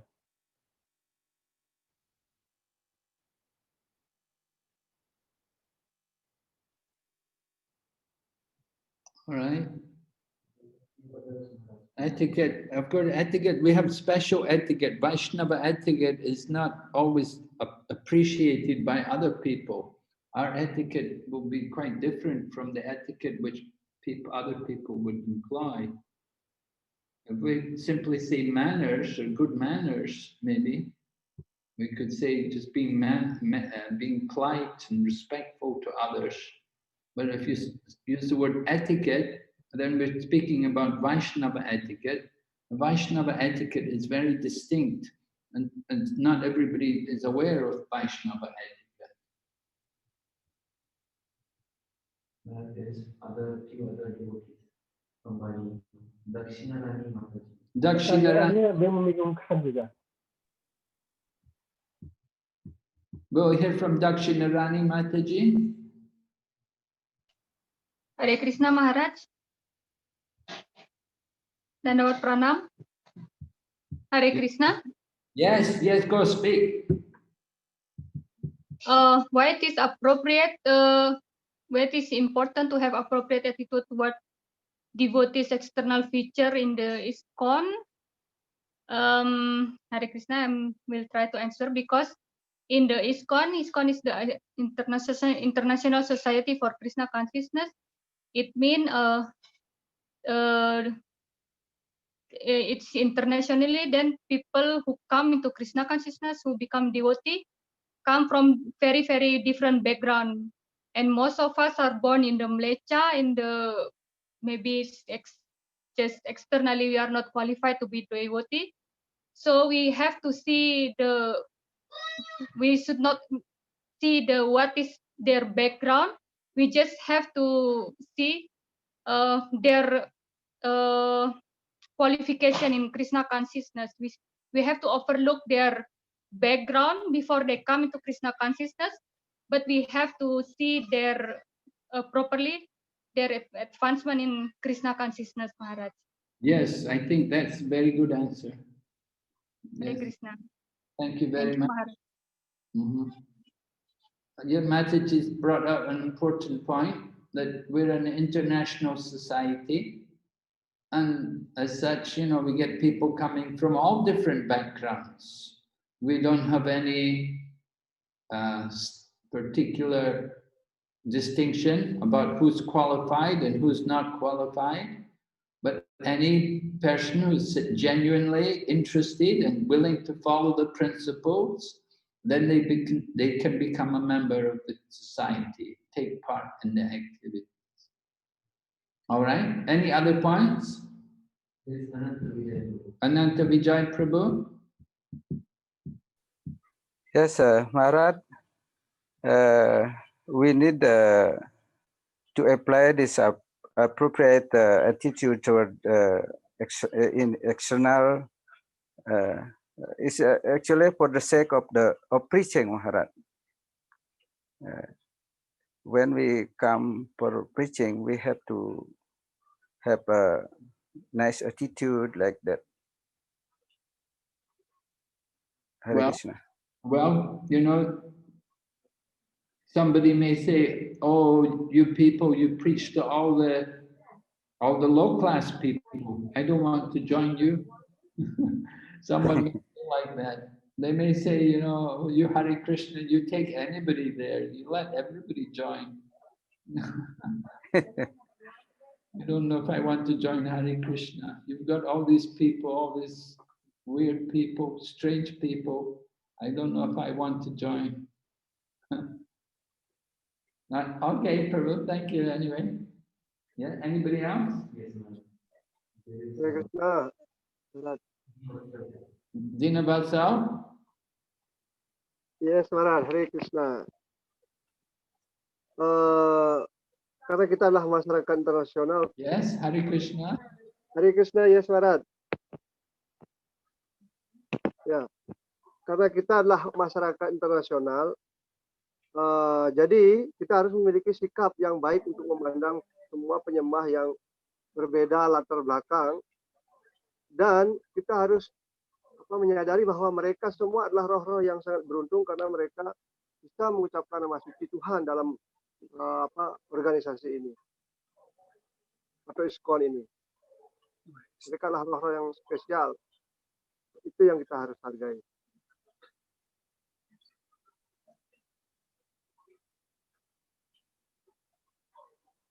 Okay, very good.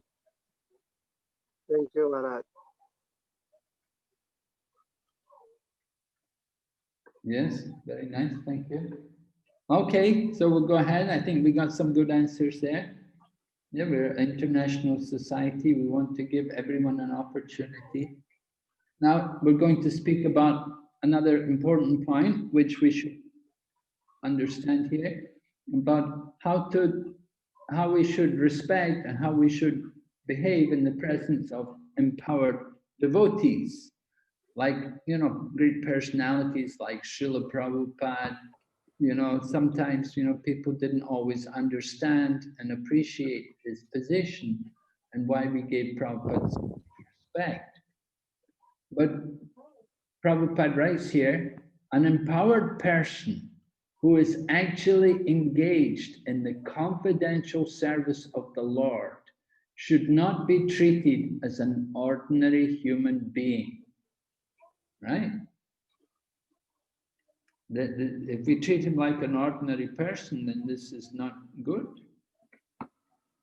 And Prabhupada also writes, one should not be jealous of an empowered Vaishnavas or try to bring him down to his platform, right? The jealous person wants to bring the empowered devotee down to his platform. So sometimes among God brothers, we thought some of Prabhupada's God brothers, they didn't like it, you know. They didn't like that Prabhupada took the name Prabhupada. They thought this name is for our Guru Maharaj. You know, but why it has to be only one person can have the name? And so there were some problems, Prabhupada also made some changes and did some different things different. And so they didn't like it.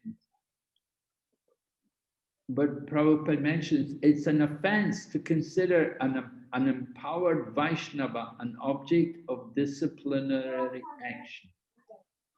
You know, you may want to put some rules, you say you can't do this, you can't do that, we put some punishments on him. But actually he's a great devotee, he's doing wonderful preaching. So we should be careful how to deal with such a person. It is offensive to try to give him advice or to correct him. So very important for us how to respect the great devotee, great acharya. Prabhupada was sometimes hurt by how the God brothers, how they treated him, how they dealt with him. So Prabhupada became quite critical of them because they were very critical of him. So Prabhupada pointed out their defects. And you can see here, he's mentioning how sometimes they would criticize Prabhupada. But Prabhupada brought great success to Krishna consciousness. He did something which none of them could do. But they didn't appreciate. They didn't give him that much. They didn't give him credit for that. So this is the problem. Sometimes people are still on the material platform. So quoting here from the Srimad Bhagavatam and Chaitanya Charitamrita describes a prakrita bhakta or a materialistic devotee, meaning like Kanishta Adhikari. He does not purposely study the Shastra and try to understand the actual standard of pure devotional service. Consequently, does not show proper respect to advanced devotees. He may, however, follow regulative principles learned from a spiritual master or from his family who worship the deity. He is to be considered on the material platform, although he is trying to advance in devotional service. Such a person is a bhakta praya, a neophyte devotee, or bhakta abbas, a shadow of a devotee, for he is a little enlightened by Vaishnava philosophy. So this is some quotations about the person on the neophyte platform, the Krsna Adhikari. He's a little enlightened, he's a devotee, but he's not yet properly understood the philosophy. He has to get more education, he has to get more association, he has to hear more, and this way he can advance. Srila Bhaktisiddhanta Saraswati describes how they can advance, that after hundreds of lifetimes of worshipping the deity of Lord Vasudeva with external paraphernalia, one realizes the true nature of his name and mantras, bondage of one's materialistic mentality slackens, right? He becomes less attached to the body. As the Kanista Adhikari gradually comes to perceive the mental activities of a devotee and tries seriously to advance to a higher stage, his materialistic conceptions will go away of their own accord. He then exhibits loving service to the Supreme Personality of Godhead, makes friendship with the devotees who are the dearmost sons of the Lord, and by appreciating the universal quality of devotional service to Krishna, he becomes very much eager to engage other innocent people in the service of the Lord. Further, as he begins to make significant advancement, he becomes inimical to anything and anyone that hinders the progress of his devotional life. And thus he avoids atheistic people who cannot benefit by good instruction. So in this way, Srila Bhaktisiddhanta Saraswati Prabhupada is describing to us how the Kanista devotee gradually becomes a Madhyama devotee. All right? Gradually he gives up his materialistic conception and he's worshipping the deity, so he's getting some purification, and he goes on gradually. He starts to make friends with the devotees, he begins to appreciate more the devotees, and he will give mercy, tries to engage people in the service of the Lord. You know, Pujari comes, people come to the temple, Pujari's there, he should try to engage them, do some service for the deity. Let them make ghee-wakes, let them offer a lamp to the Lord, get them to do things, do some service.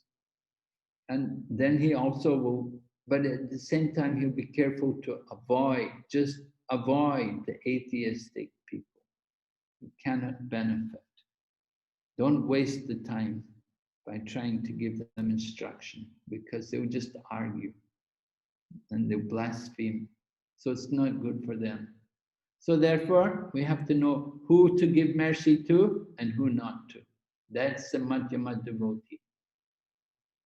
One should not remain Kanista, one who is situated in the lowest platform, interested only in worshipping the deity in the temple. One therefore has to raise himself from the position of Kanista to the Madhyama Adhikari. In this verse, Rupa Goswami advises the devotee to be intelligent enough to distinguish between Kanista, Madhyama, and Uttama. Devotee should also know his own position, should not try to imitate a devotee situated on a higher platform.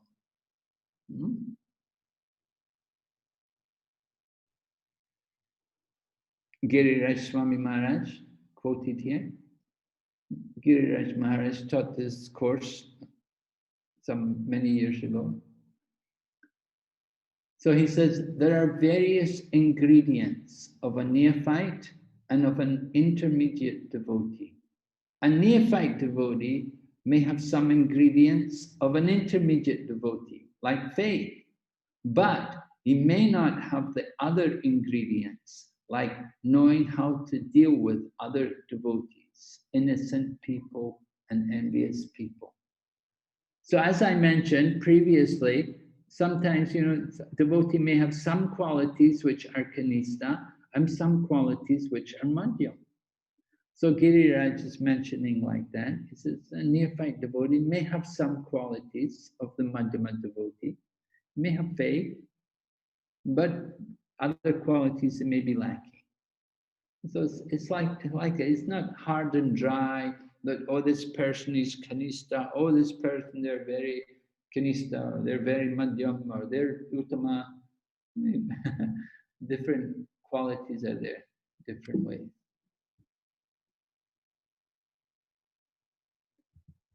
Quoting Bhagavad Gita,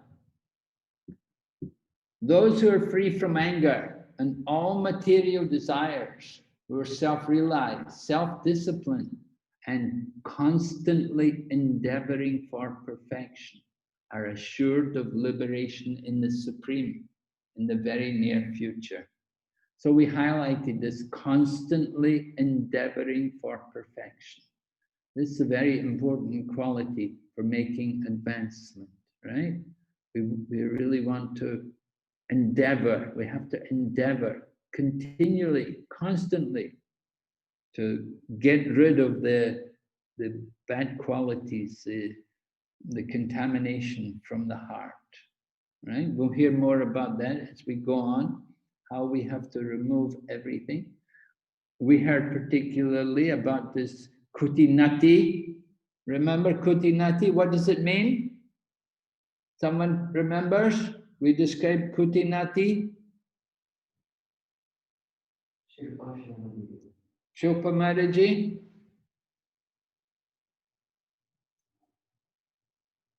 Kutinati means?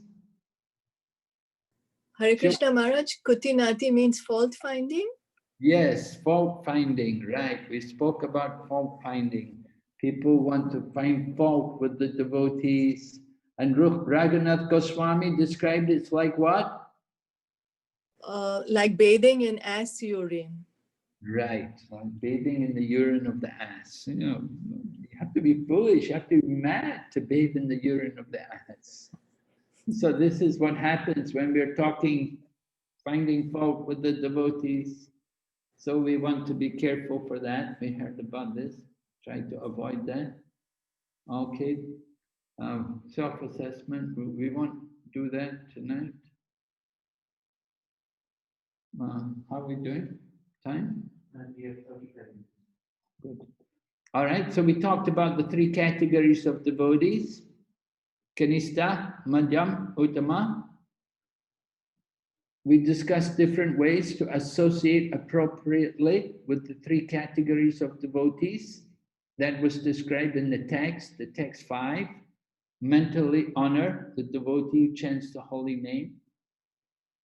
Offer obeisances to somebody who has undergone spiritual initiation, and associate with and faithfully serve the devotee who is advanced. Discuss the importance within ISKCON of maintaining an appropriate attitude towards devotees' external features, taken from text number 6, right? The importance within ISKCON particularly, because we're an international society. So we have people from all kinds of backgrounds, all classes, all cultures, all races, all nationalities, all breeds. And Krishna consciousness is open to everyone, provided they follow, provided they behave properly, then everyone can come in. We don't have any barriers. We don't say, no, you cannot come, you're low class. Oh, no, you cannot come, you're not qualified. Everyone is welcome if they follow faithfully. All right? And appropriate ways of seeing and relating to an empowered Vaishnava.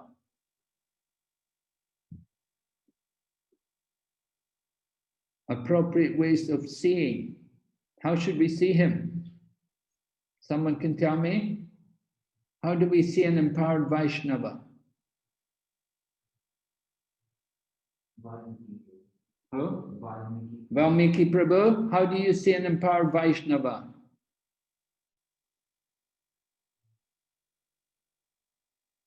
Valmiki? Yes, Maharaj, Hare Krishna. Hare Krishna. Hare Krishna. So we cannot be jealous of him, you know, and because he's empowered, so so he's not ordinary. He's not ordinary person. It is offense actually to see this empowered Vaishnava as an ordinary person. Mm-hmm. So how should we see him?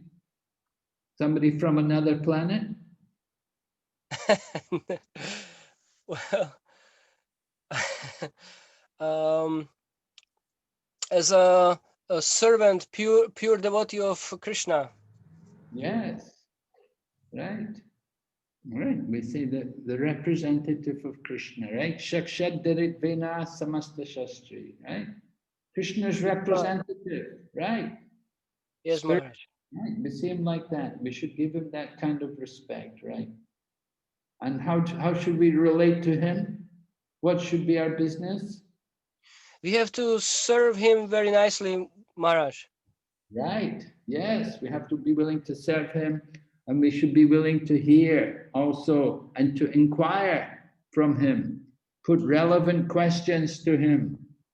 Remember what the Guyam Akyati Prichati, right? Inquiring confidentially. Yes, Maharaj. How does Sanatana Goswami inquire from Lord Chaitanya? How? He was very submissive and he was asking very humbly. What did he ask? Who am I? Right. Yes. Right. Who am I? Very good. Yes. Very And nice. we cannot also give advices to this pure devotee, Uttamadhikari, because that's not our level. Right. Yes. Actually, can I humbly ask Maharaj in this point? So if you can kindly elaborate a little bit, because when I was assistant of my spiritual master, I give him a lot of advices in a very, very humble way, you know, how to, you know, it is not, yeah. So my question is that, and he accepted in the very nice way that, you know, this my humble advices was accepted. So if you can explain, you know, this point, because in my understanding was that I was not giving him advices that I'm some better person than him or something. It was just for help him, you know, and serve him. So maybe because of that he accepted this, because of, it was pure, you know. Yes. So yes, it's a delicate point. We see in Chaitanya Charitamrita, in Chaitanya Lila, we see how Lord Chaitanya did not like, who was it, what was the name that's devotee, the one, Ramchandra Puri? Jagadananda Pandit, right? Jagadananda Pandit was the Damodar Pandit. Damodar Pandit.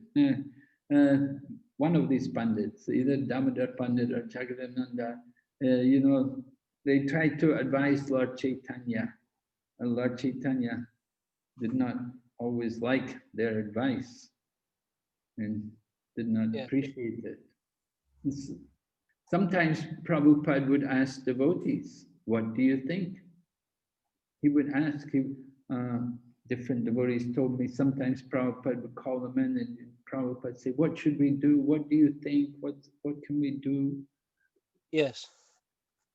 And sometimes Prabhupada would also be willing, happy to take advice. For example, one time in Mumbai, in the Juhu temple, Prabhupada was there and one life member came and he had been looking at the back to Godhead and he said to Prabhupada, he said, you know, Prabhupada, he said, it would be very good if you put some of your Srimad Bhagavatam inside the back to Godhead. And Prabhupada, when he heard this, he thought, yes, he said, this is a very good idea.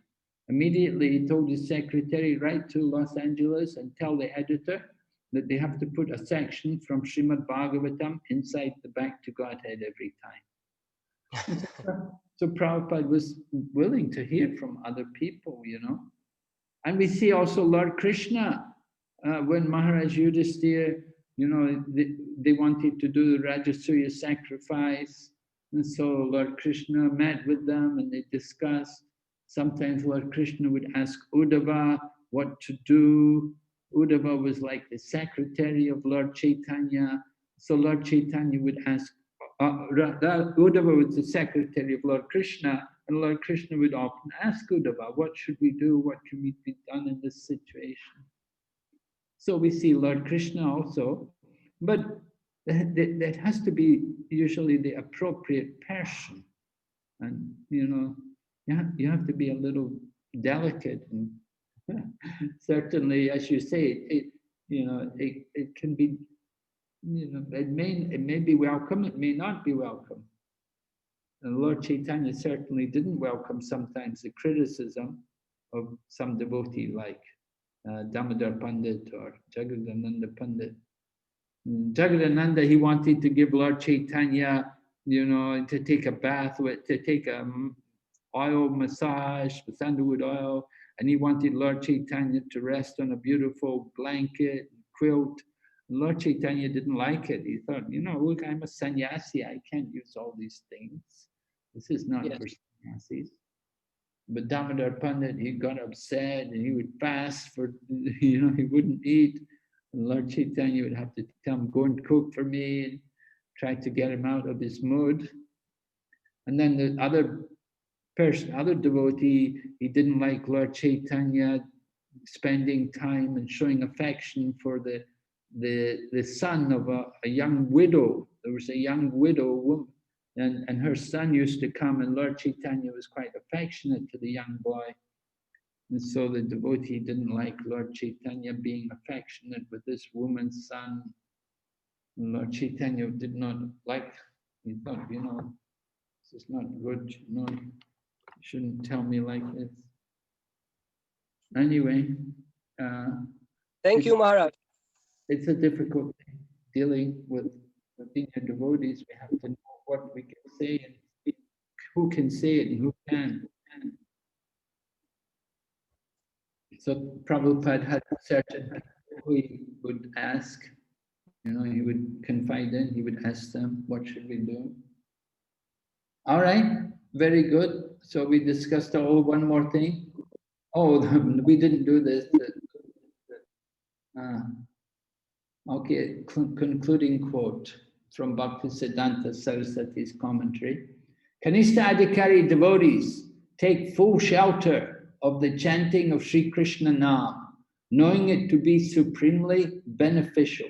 But they don't realize that the position of the Madhyama Adhikari is above their present position, and that they should strive to reach that position at some time in the future. Okay? So that's important. We want to realize not to stay simply on the level of Kanista. Okay. What happened to my presentation? Sharing the screen. Okay, come back here. The slides are here. Okay. If it's still sharing the screen, you want to continue sharing the screen. Yeah. Then you can get the slides from here. From here? No, but I've got it down Oh, here. it's down there. Yeah. But it's what's happening is it's going behind the Zoom. Oh. So yeah. What do I need to do? Yeah, if you escape from here, if you click escape. Where? Where's the escape? Oh, that one. Or just double click. Just click on share. Share? Yes, then it will go away. Yes. Okay. Mm. It's showing that slide on that. So I slide now? Yes.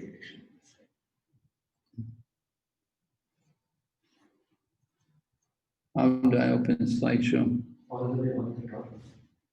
There we go. Oh, it's, yes, funny. This thing keeps. Okay. What from start? Do you want from start? Yeah.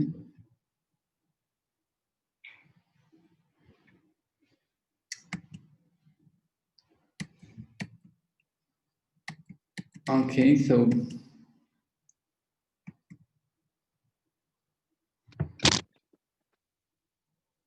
another quote from Srila Bhaktisiddhanta Saraswati's commentary from Srimad Bhagavatam, purport, 11th canto.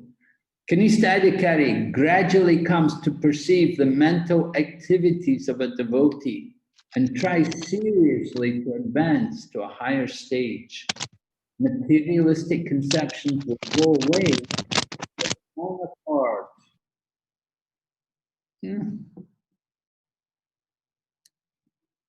We hope. So what does it mean to advance? Certainly we all want to advance, right? We've come here to hear, chant, we want to advance. A devotee is considered superlative or superior according to his attachment and love. Right? Previously we spoke about faith and knowledge. But now, here in Chaitanya Charitamrita, the devotee is considered superior or superlative on the basis of his attachment and love.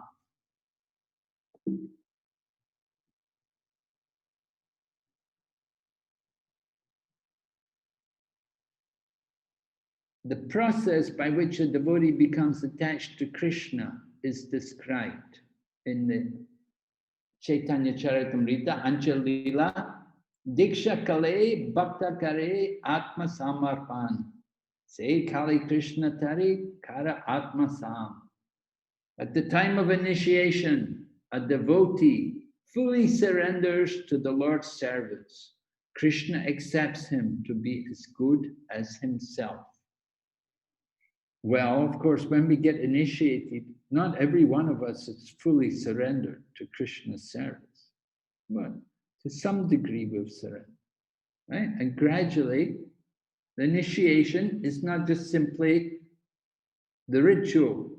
The initiation is the process of taking up the instructions of the spiritual master, regularly hearing and chanting. We are thinking the initiation, just the ritual, the fire yagya. That's not the actual initiation. The real initiation is taking the instruction and surrendering to the Guru.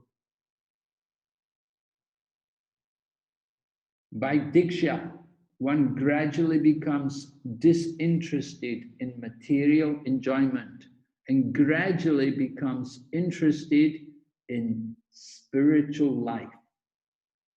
We can understand how much we're advancing in Krishna consciousness by how much we're disinterested in material enjoyment. That's important. If we're still interested in material enjoyment, we need to concentrate more on our hearing and chanting. And gradually that taste for material enjoyment will dry up. We want spiritual life. We cannot have both. We have to be willing to give up that material enjoyment. So we're talking about initiation, the process of Diksha, described here. This Diksha is a continuous process whereby a devotee becomes increasingly disinterested in material life and more interested in spiritual life. If this doesn't happen, if we go the other way, we become more interested in material life, then we go away from Krishna consciousness. But if we want to advance, we become more interested in spiritual life. And then we get through the different stages of devotion, and we may come to, before bhava, surrender is disturbed by anarthas and aparads. Attainment of bhav is a big step in diksha or advancement. You have to come all the way up to bhav. That's a very advanced level. We have to get through the anarthas, and we have to give up the offenses, the aparads. This is important. So we have to go through these different stages. Diksha is complete when we come to bhav. At this point, Krishna accepts the devotee on the same level as himself, and the devotee becomes eligible to serve Krishna with his transcendental senses. So we don't have to worry. We have a long way to go before we come to bhav, right? We're still way down on the ladder. We have a long way to go to get up there. Quoting from Rupa Goswami's Bhakti Rasamrita Sindhu, he described 20 different angas. There were 10 activities, things we should do, and there were 10 activities which we should give up. So the first 20 were there, and they're like the door for entering into bhakti. And the first 3, which were meant things which we have to do, we have to take shelter of the feet of a guru, we have to receive teachings after initiation, and we have to serve the guru with respect. So they're said to be the principal ones, right? Prabhupada describes, we must accept the pure devotee, representative of God, as our guru, and then offer him all the respect one would offer the Supreme Personality of Godhead. This is the secret of success. For one who adopts this method, perfect process is revealed. By offering service and surrendering to the spiritual master, one is elevated to devotional service. And by performing devotional service, one gradually becomes attached to the Supreme Personality of Godhead. Because of this attachment to the Lord, one can understand the Lord. So we have to become attached to Krishna. Then you can understand. Now, in the Nectar of Instruction, Srila Prabhupada has written here about the selection of the spiritual master. One should not become a spiritual master unless he has attained the platform of Uttama Adhikari. A neophyte Vaishnava or a Vaishnava situated on the intermediate platform can also accept disciples, but such disciples must be on the same platform. And it should be understood they cannot advance very well towards the ultimate goal of life under his insufficient guidance. Therefore, a disciple should be careful to accept Uttama Adhikari as a spiritual master. So how do we understand this within ISKCON? Do we consider that every spiritual master who's giving initiation, that they have to be Uttama-adhikari? How do you understand this? How does this relate to the devotees in ISKCON?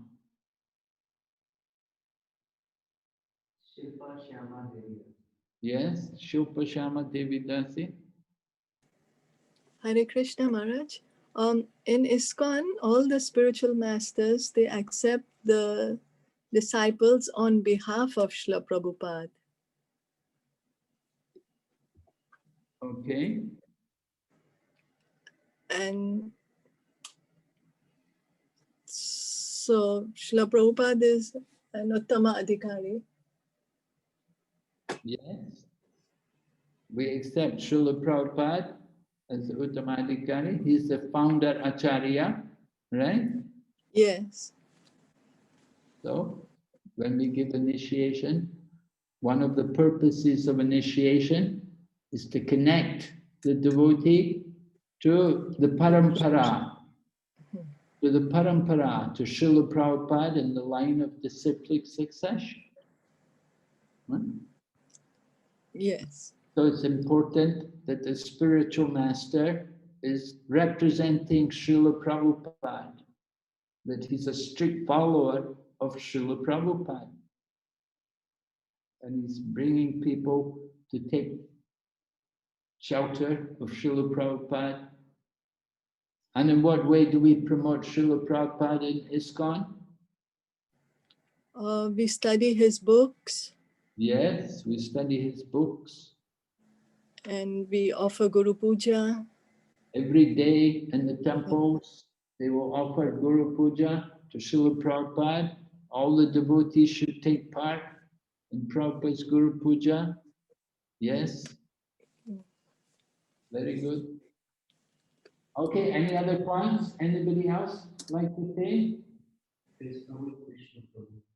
Swarup Krishna Prabhu. Dandavats Maharaj. Maharaj, regarding the second point, we also regularly say the pranam mantra of Srila Prabhupada. Yes. And so that is also very important to, while saying the pranam mantra of spiritual master, to also pronounce the pranam mantra of Srila Prabhupada. Right. And I was also actually trying to say that spiritual master represents the parampara, and obviously parampara, Srila Prabhupada is part of the parampara, and this is a very, very glorious parampara that we have, which we have come to know from the first lecture that of yours. And another point is, I mean, a spiritual master who accepts disciples, they are also like ordained by the GBC. GBC is one body that Srila Prabhupada himself has framed. What is this now about the GBC? Srila Prabhupada himself has created GBC, and GBC spells out who would be a spiritual master under the banner of this society. All right, but approval from the GBC does not mean that that person has to be spiritually qualified. The GBC also point that out, that they're not responsible. If you know, if the guru does have a problem, you can't say, well, it's the GBC, they should not have approved them. The GBC say it's up to every individual to be convinced themselves. They have to use their own intelligence to decide for themselves. The GBC, certainly they sanction certain people, but we cannot blame the GBC if something goes wrong. All right, Maharaj. This is a point Yes, Maharaj. Thank you, Maharaj. It's still up to the individual to be responsible. Any other points on this? Gita Induleka Maraji? Hare Krishna Maharaj, Dandavat Pranam. Maharaj, in the to promote Srila Prabhupada in the altar and the temple and in the Rath Yatras, we have always have a like deity form of Srila Prabhupada, and also in the kirtans, in the temples the kirtan starts with the either Radha Madhav or with Srila Prabhupada Pranam Mantra. Well, these are not And rules. These are not rules. I don't know about these things. You know, you say Prabhupada's deity. It may be there, but it's not a rule. It's not mandatory. It's not. It doesn't have to be like that. You know, it's up to the temple. If they want to put Prabhupada's deity there, they can. If they just want to keep photos there, they can. Many temples also, they still just have photos. They don't put Prabhupada's deity. okay, Maharaj. And kirtan, it's not mandatory again also. It's up to the individual who's leading the kirtan. Generally it's sung, but I know some senior devotees, they think it shouldn't be. They think we should just sing. Prabhupada never sang pranam mantras to his guru. Prabhupada allowed us to do it for him, but it's not mandatory. It's not that you have to do it. Okay, anything else? And Maharaj in the Mangala Aarti also Sansar Davanal, that's also in the morning also 2 times like one, and then Guru Puja 2 times we offer. Well, Samsara Dava Mangalarti, yeah, we're worshipping the Guru. Yes, ma'am. And we're worshipping all the Gurus, right? Yeah, that's the process. We first worship the Guru and then we sing Hare Krishna. Before you worship Krishna, first we should worship the Guru. So that's the process. First you worship Guru and then you worship Krishna. So we worship the Guru, we sing this Guru Vastikam, and then we chant Hare Krishna mantra. And Maharaj, one more thing, ki on all the like pamphlets, we have a picture of Prabhupada, and or on the temples also there is written Srila Prabhupada, like on the gate or somewhere like this. On the leaflets also, like we have a picture of Prabhupada, not of other somebody else. Yes, well, I don't know about leaflets, but certainly the property, ISKCON property, that Prabhupada is the founder Acharya. Nobody can claim the property for themselves. Yeah. It's the property of the society. And Prabhupada is the founder Acharya, right? There are many other Acharyas, but Prabhupada is the founder Acharya. Right. Just like in Sri Vaishnavism, you know, Ramanuja is the founder Acharya.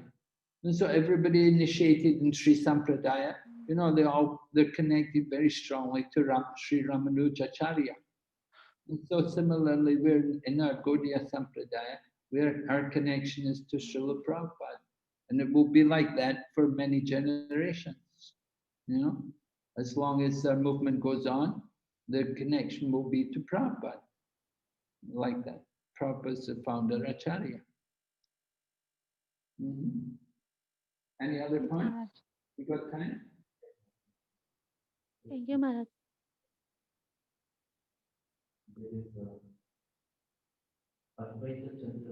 Advaita Chandra Prabhu? Krishna Maharaj, promote Srila Prabhupada, yang saya ingat ketika kita sebelum mengambil diksa, kita harus mengikuti program IDC ISKCON Disciple Course. Jadi di sana diajarkan bahwa Srila Prabhupada menjadi siksa guru utama.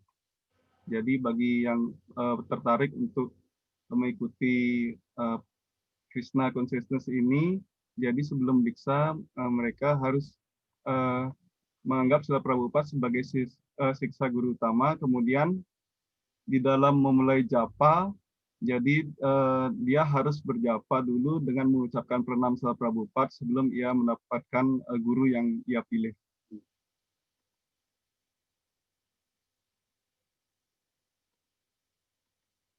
Mungkin itu saja. Terima kasih.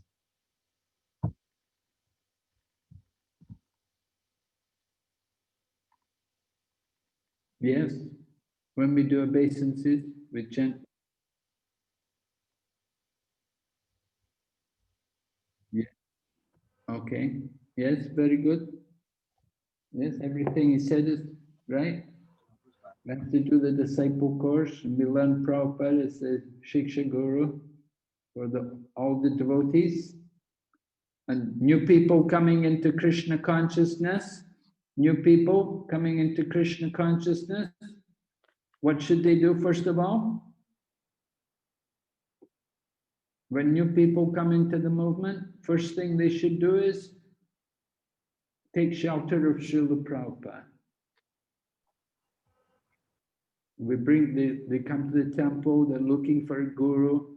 They say, oh, you came to the right place. We bring them to meet Srila Prabhupada, and they can take shelter of Srila Prabhupada. So first of all, they take shelter of Srila Prabhupada, and then after taking shelter of Srila Prabhupada, they chant Prabhupada's pranam mantra and everything. Gradually, they will meet also someone who can give them initiation. And by the initiation, then they're formally connected to Srila Prabhupada. All right? Any more questions? More comments? Radha Kishori Maharaji? Hare Krishna Maharaj. His books, Prabhupada's books, are the basis of the entire movement. So entire philosophy, all the lectures, everything is based on his purports, his books. Yes, definitely. Right? We don't want to change that. Every morning, Srimad Bhagavatam or Chaitanya Charitamrita, and then we have Bhagavad Gita. These books, this is the basis of our Krishna conscious philosophy. We don't want to change that. We don't want to introduce anything else. Somebody may like to read other books, that's up to them. But these books, this is the Chaitanya Mahaprabhu gave great importance to hearing Srimad Bhagavatam. Okay.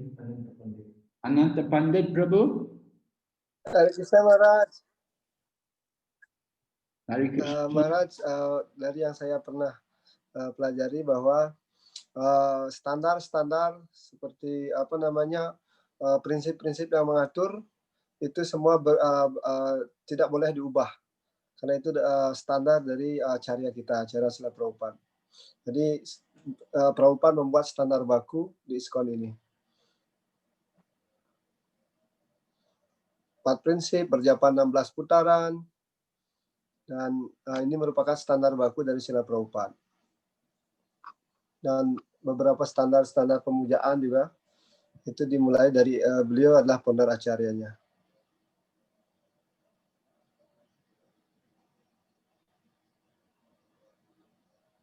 Yes. Yes, right. Everything is set up by Srila Prabhupada. The standards, the temple program, it's all came from Srila Prabhupada. So he's the Shiksha Guru for everyone. He's our ultimate shelter. Dan semua guru adalah under dari di bawah Prabhupada. Yes, definitely.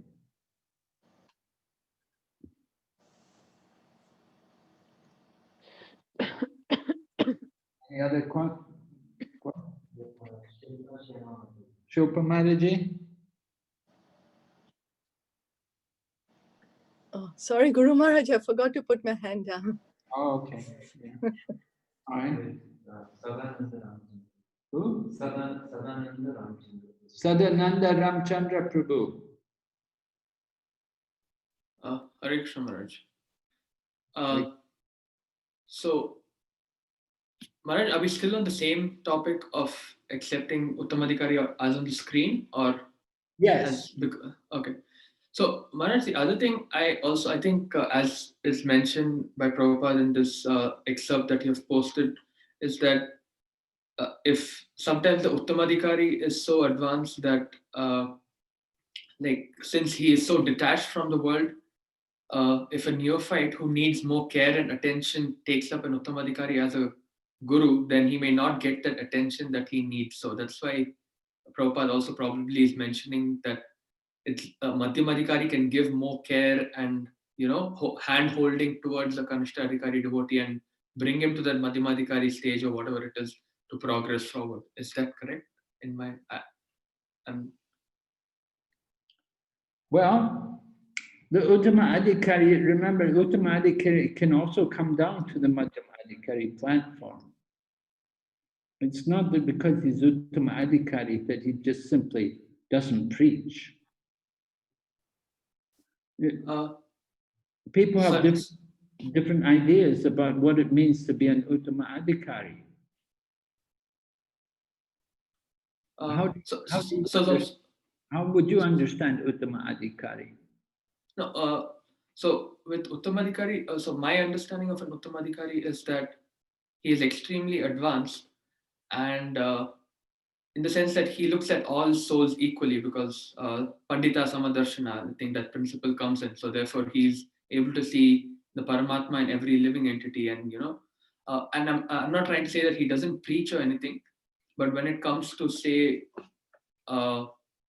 in terms of a personal care, because he's always absorbed in Krishna, giving that personal attention to a Kanishthadikari devotee who usually needs it to progress, because sometimes a Kanishthadikari devotee may get deviated easily or distracted easily, and an Uttamadikari is usually in his own, in the sense, he's in a platform where he's only absorbed in Krishna, and therefore, and a Kanishka Adhikari is less absorbed in Krishna and more absorbed in material surroundings, right?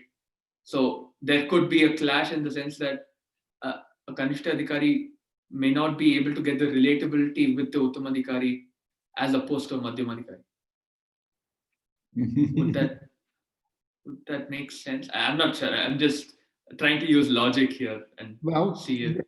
The point is, if the Kanishta, naturally Kanishta is going to be more materially absorbed, but that's because he's not so advanced, because he's not heard properly the Krishna conscious philosophy. But if he comes to the Madhyam platform, then certainly he will, how does the Kanishta come to the Madhyam platform? He has to hear regularly. He has to understand more the mood of the devotees and associate favorably, develop that friendship with the devotees. And so the Madhyama devotee, as you say, certainly a little different from the Uttama, but the Uttama Adhikari and the Madhyama devotee, they're both very advanced spiritually. I mean, the Madhyama devotee is a preacher. He's engaged in distributing Krishna consciousness. And Prabhupada also described in the purport, he mentioned that the Uttama Adhikari is one who is always thinking about how to distribute Krishna consciousness, how to spread Krishna consciousness to others, how to give the holy name. He's thinking about ways and means to introduce the holy name to people. So like that, he's always thinking of Krishna in one way or another. Yes, Maharaj. So, I mean, I appreciate your point. It's an interesting point that somebody who's a Madhyam devotee, he would probably, it may be easier to relate to for the person who's looking for a guru. Maharaj, yes? Sorry. So just along the same line, so I've spoken to sannyasis in our movement, or even senior devotees in our movement. So I'll just wrap this up quickly. Sorry, I think we're over time as well. So, so in some cases, say for example, I'm a much younger devotee. So if I have, say, a material problem, but I want to slowly progress towards, spirituality, even though spirituality is a focus, but currently I'm absorbed with, say, a material particular problem. So, like, I personally feel that going to, say, a sannyasi or someone who's absorbed in Krishna all the time is a waste of that person's time. And, since they won't always want to preach in Krishna consciousness, even though they don't mind giving advice sometimes on that particular platform. But I've observed in some cases, some devotees are able to give instructions according to my current situation, and some devotees just give the instruction exactly how it is in Shastra, but that may not be applicable to me at the current moment, though, if that makes sense. Yes, I appreciate what you're saying. It certainly could be like that with some people, but it's not always a rule. Yes, Maharaj. Yeah. But certainly that you know, it may appear like that, but there's some people that you go to them, you know, and, oh, he's a sannyasi, you know, he's not really in this world, he can't appreciate, you know, my situation. No, I mean, like, I have spoken, even though, like, I feel that the only shelter I have is in this moment. So as I was saying, so with some sannyasis who I've gone and spoken to, I've gotten a particular advice, and with others, I've gotten another type of a response. So, which is what I was just trying to say. Maybe they're on different platforms when it comes to relating to a person as well. Well, it might just be different personalities, you know, that they have different ways of dealing with people. And you had a different relationship. Maybe somebody knew you better, somebody didn't know you, or their particular, it could be also influenced by their particular mood at that particular time. You know, maybe something else is bothering them on their mind. Difficult to know. But, but the idea, the principle is there, you know, that generally should be careful to try to find out the advanced devotee. You know, Uttama Adhikari, as we said, he's always thinking of Krishna, he's thinking to spread Krishna consciousness. So like that. Uttama Adhikari doesn't mean that he's not of this world, you know, but he's very much in the world and he's thinking about how to use it for Krishna. That's the idea.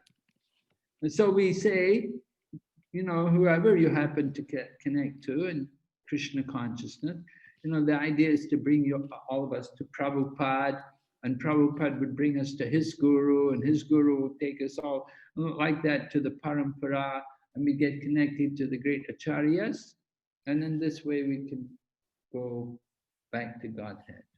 And the Shiksha Guru can also deliver the devotees. Not that the job of delivering the disciple is only to the Diksha Guru. Although sometimes we do tend to give more importance on the Diksha Guru, but we see that the Shiksha is actually more important. And that point is made very strongly in the disciple course. But there is that culture, that tendency within ISKCON that we give more importance to the Diksha Guru. But it's actually Shiksha which is really important. All right. Thank you, Maharaj. Yeah.